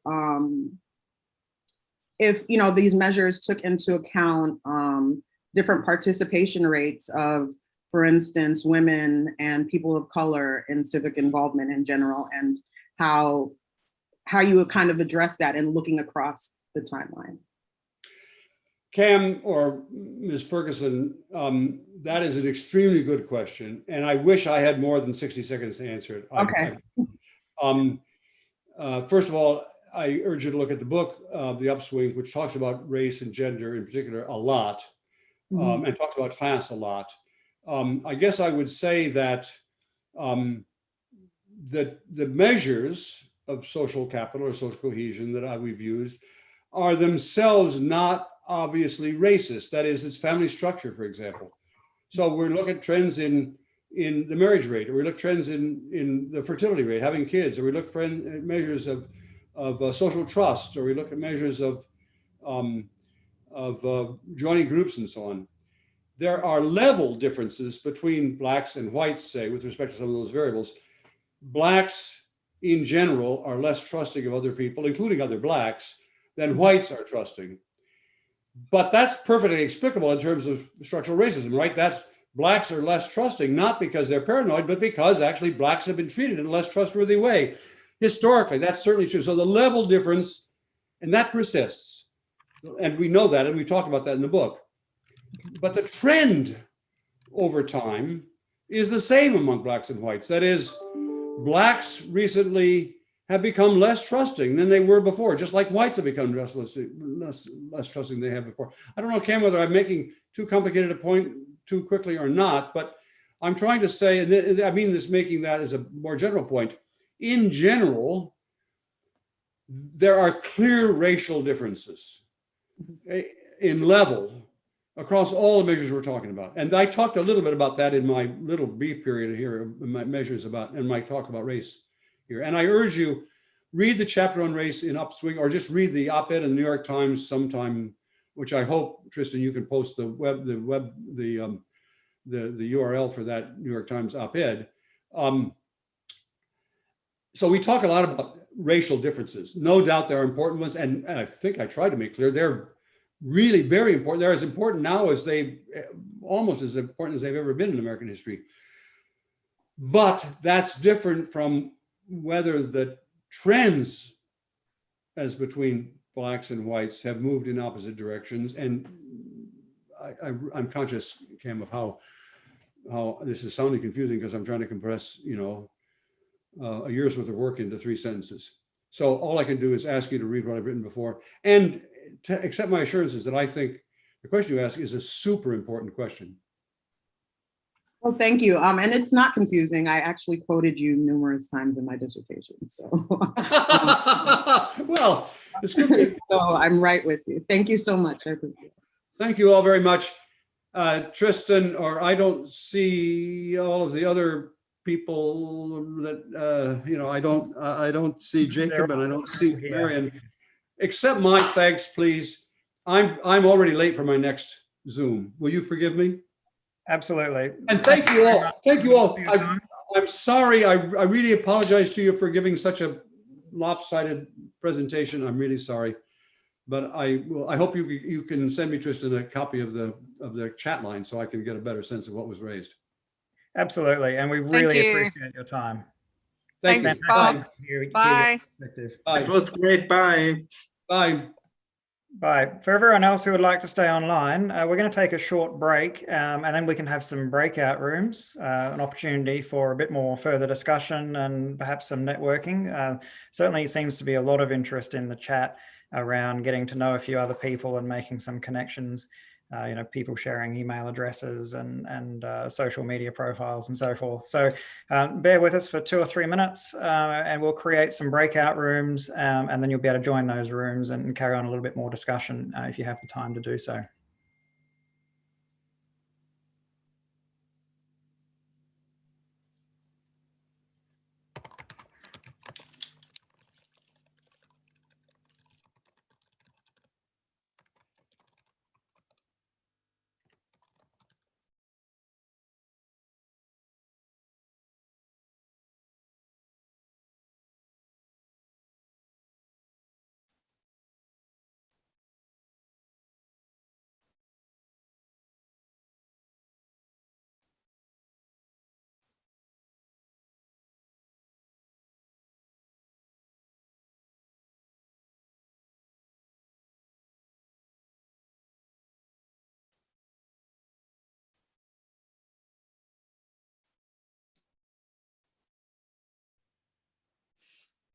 Okay, I've created some breakout rooms. I will just divide everyone in the breakout rooms by now. If you want to network, we have now around 30 minutes to network in the breakout rooms. We would love if you would keep in touch with us via the newsletter or via the group. And we could also need some help with, we try to create some subtitles in different languages for this webinar. So if anyone can help us translating the webinar in his or her mother tongue, it would be great if you could get in touch with us.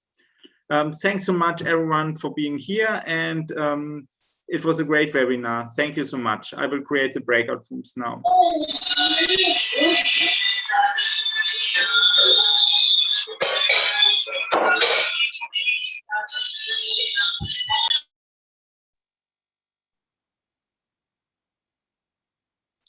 Who has created the breakout room?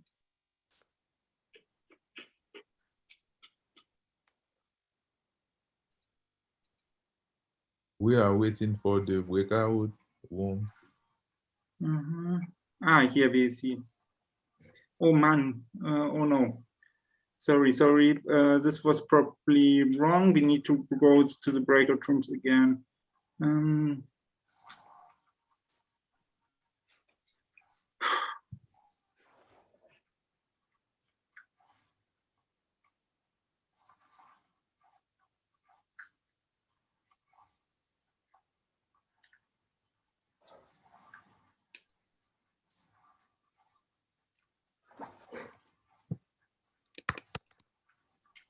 Hola, Estela. Estela, ¿cómo estás? While Jacob's just creating those breakout rooms, I thought I'd mention we do have some other very interesting webinars coming up in the next few weeks. Next week, we have Professor Eric Uslana. The following week, I think it's 2 weeks later, we have Professor Paul Haynes. We also have Greg Fulkerson, Daniel Aldridge, and there's other people as well, Professor Rick Mask.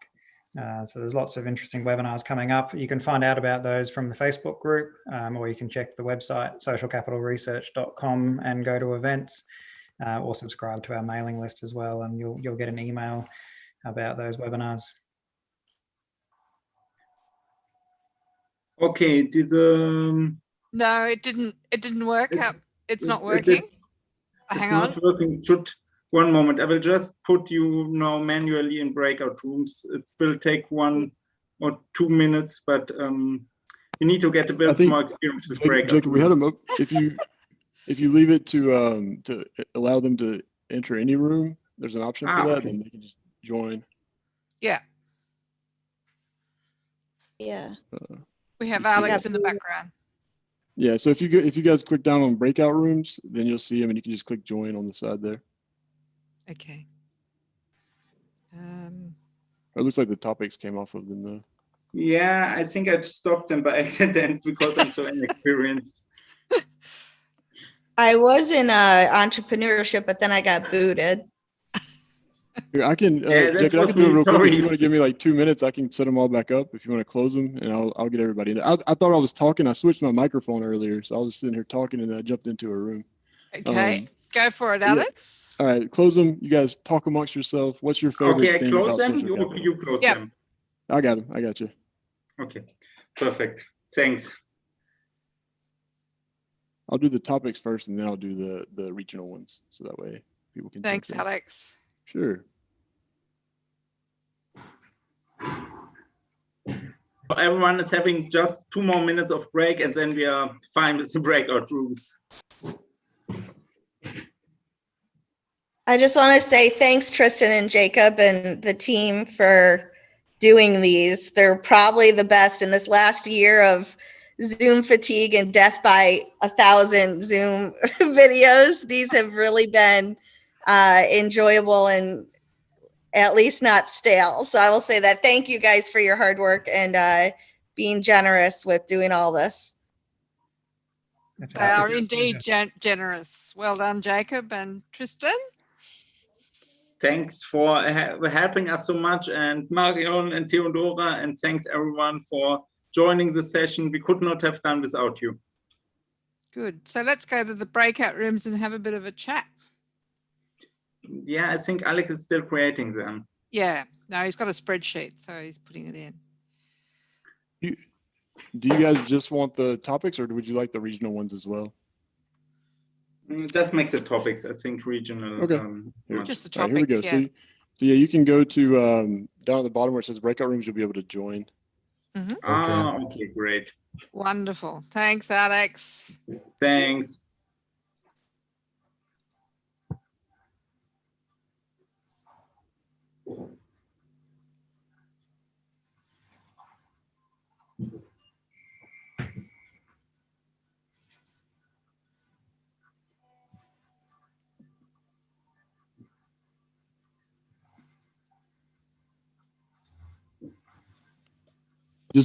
Just a heads up, you may have to scroll down on that window because it'll show everybody up at the top. So if you scroll down on the sidebar after you click, so down at the bottom is breakout rooms.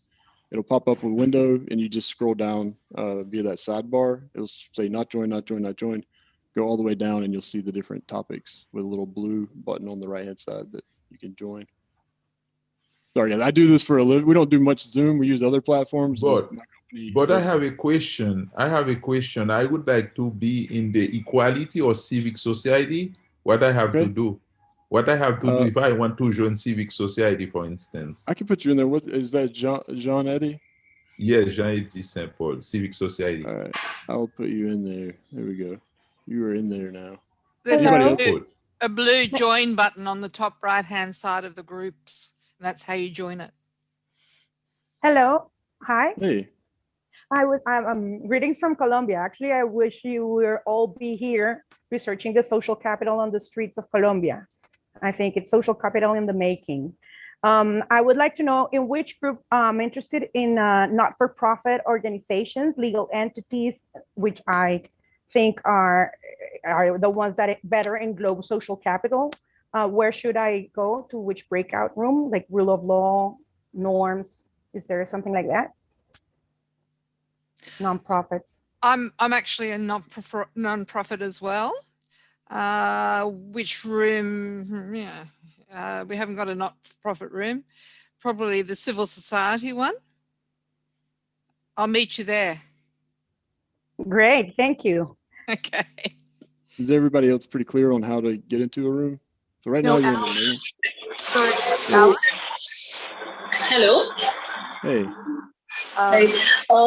You don't have any room specifically for the health association with social capital?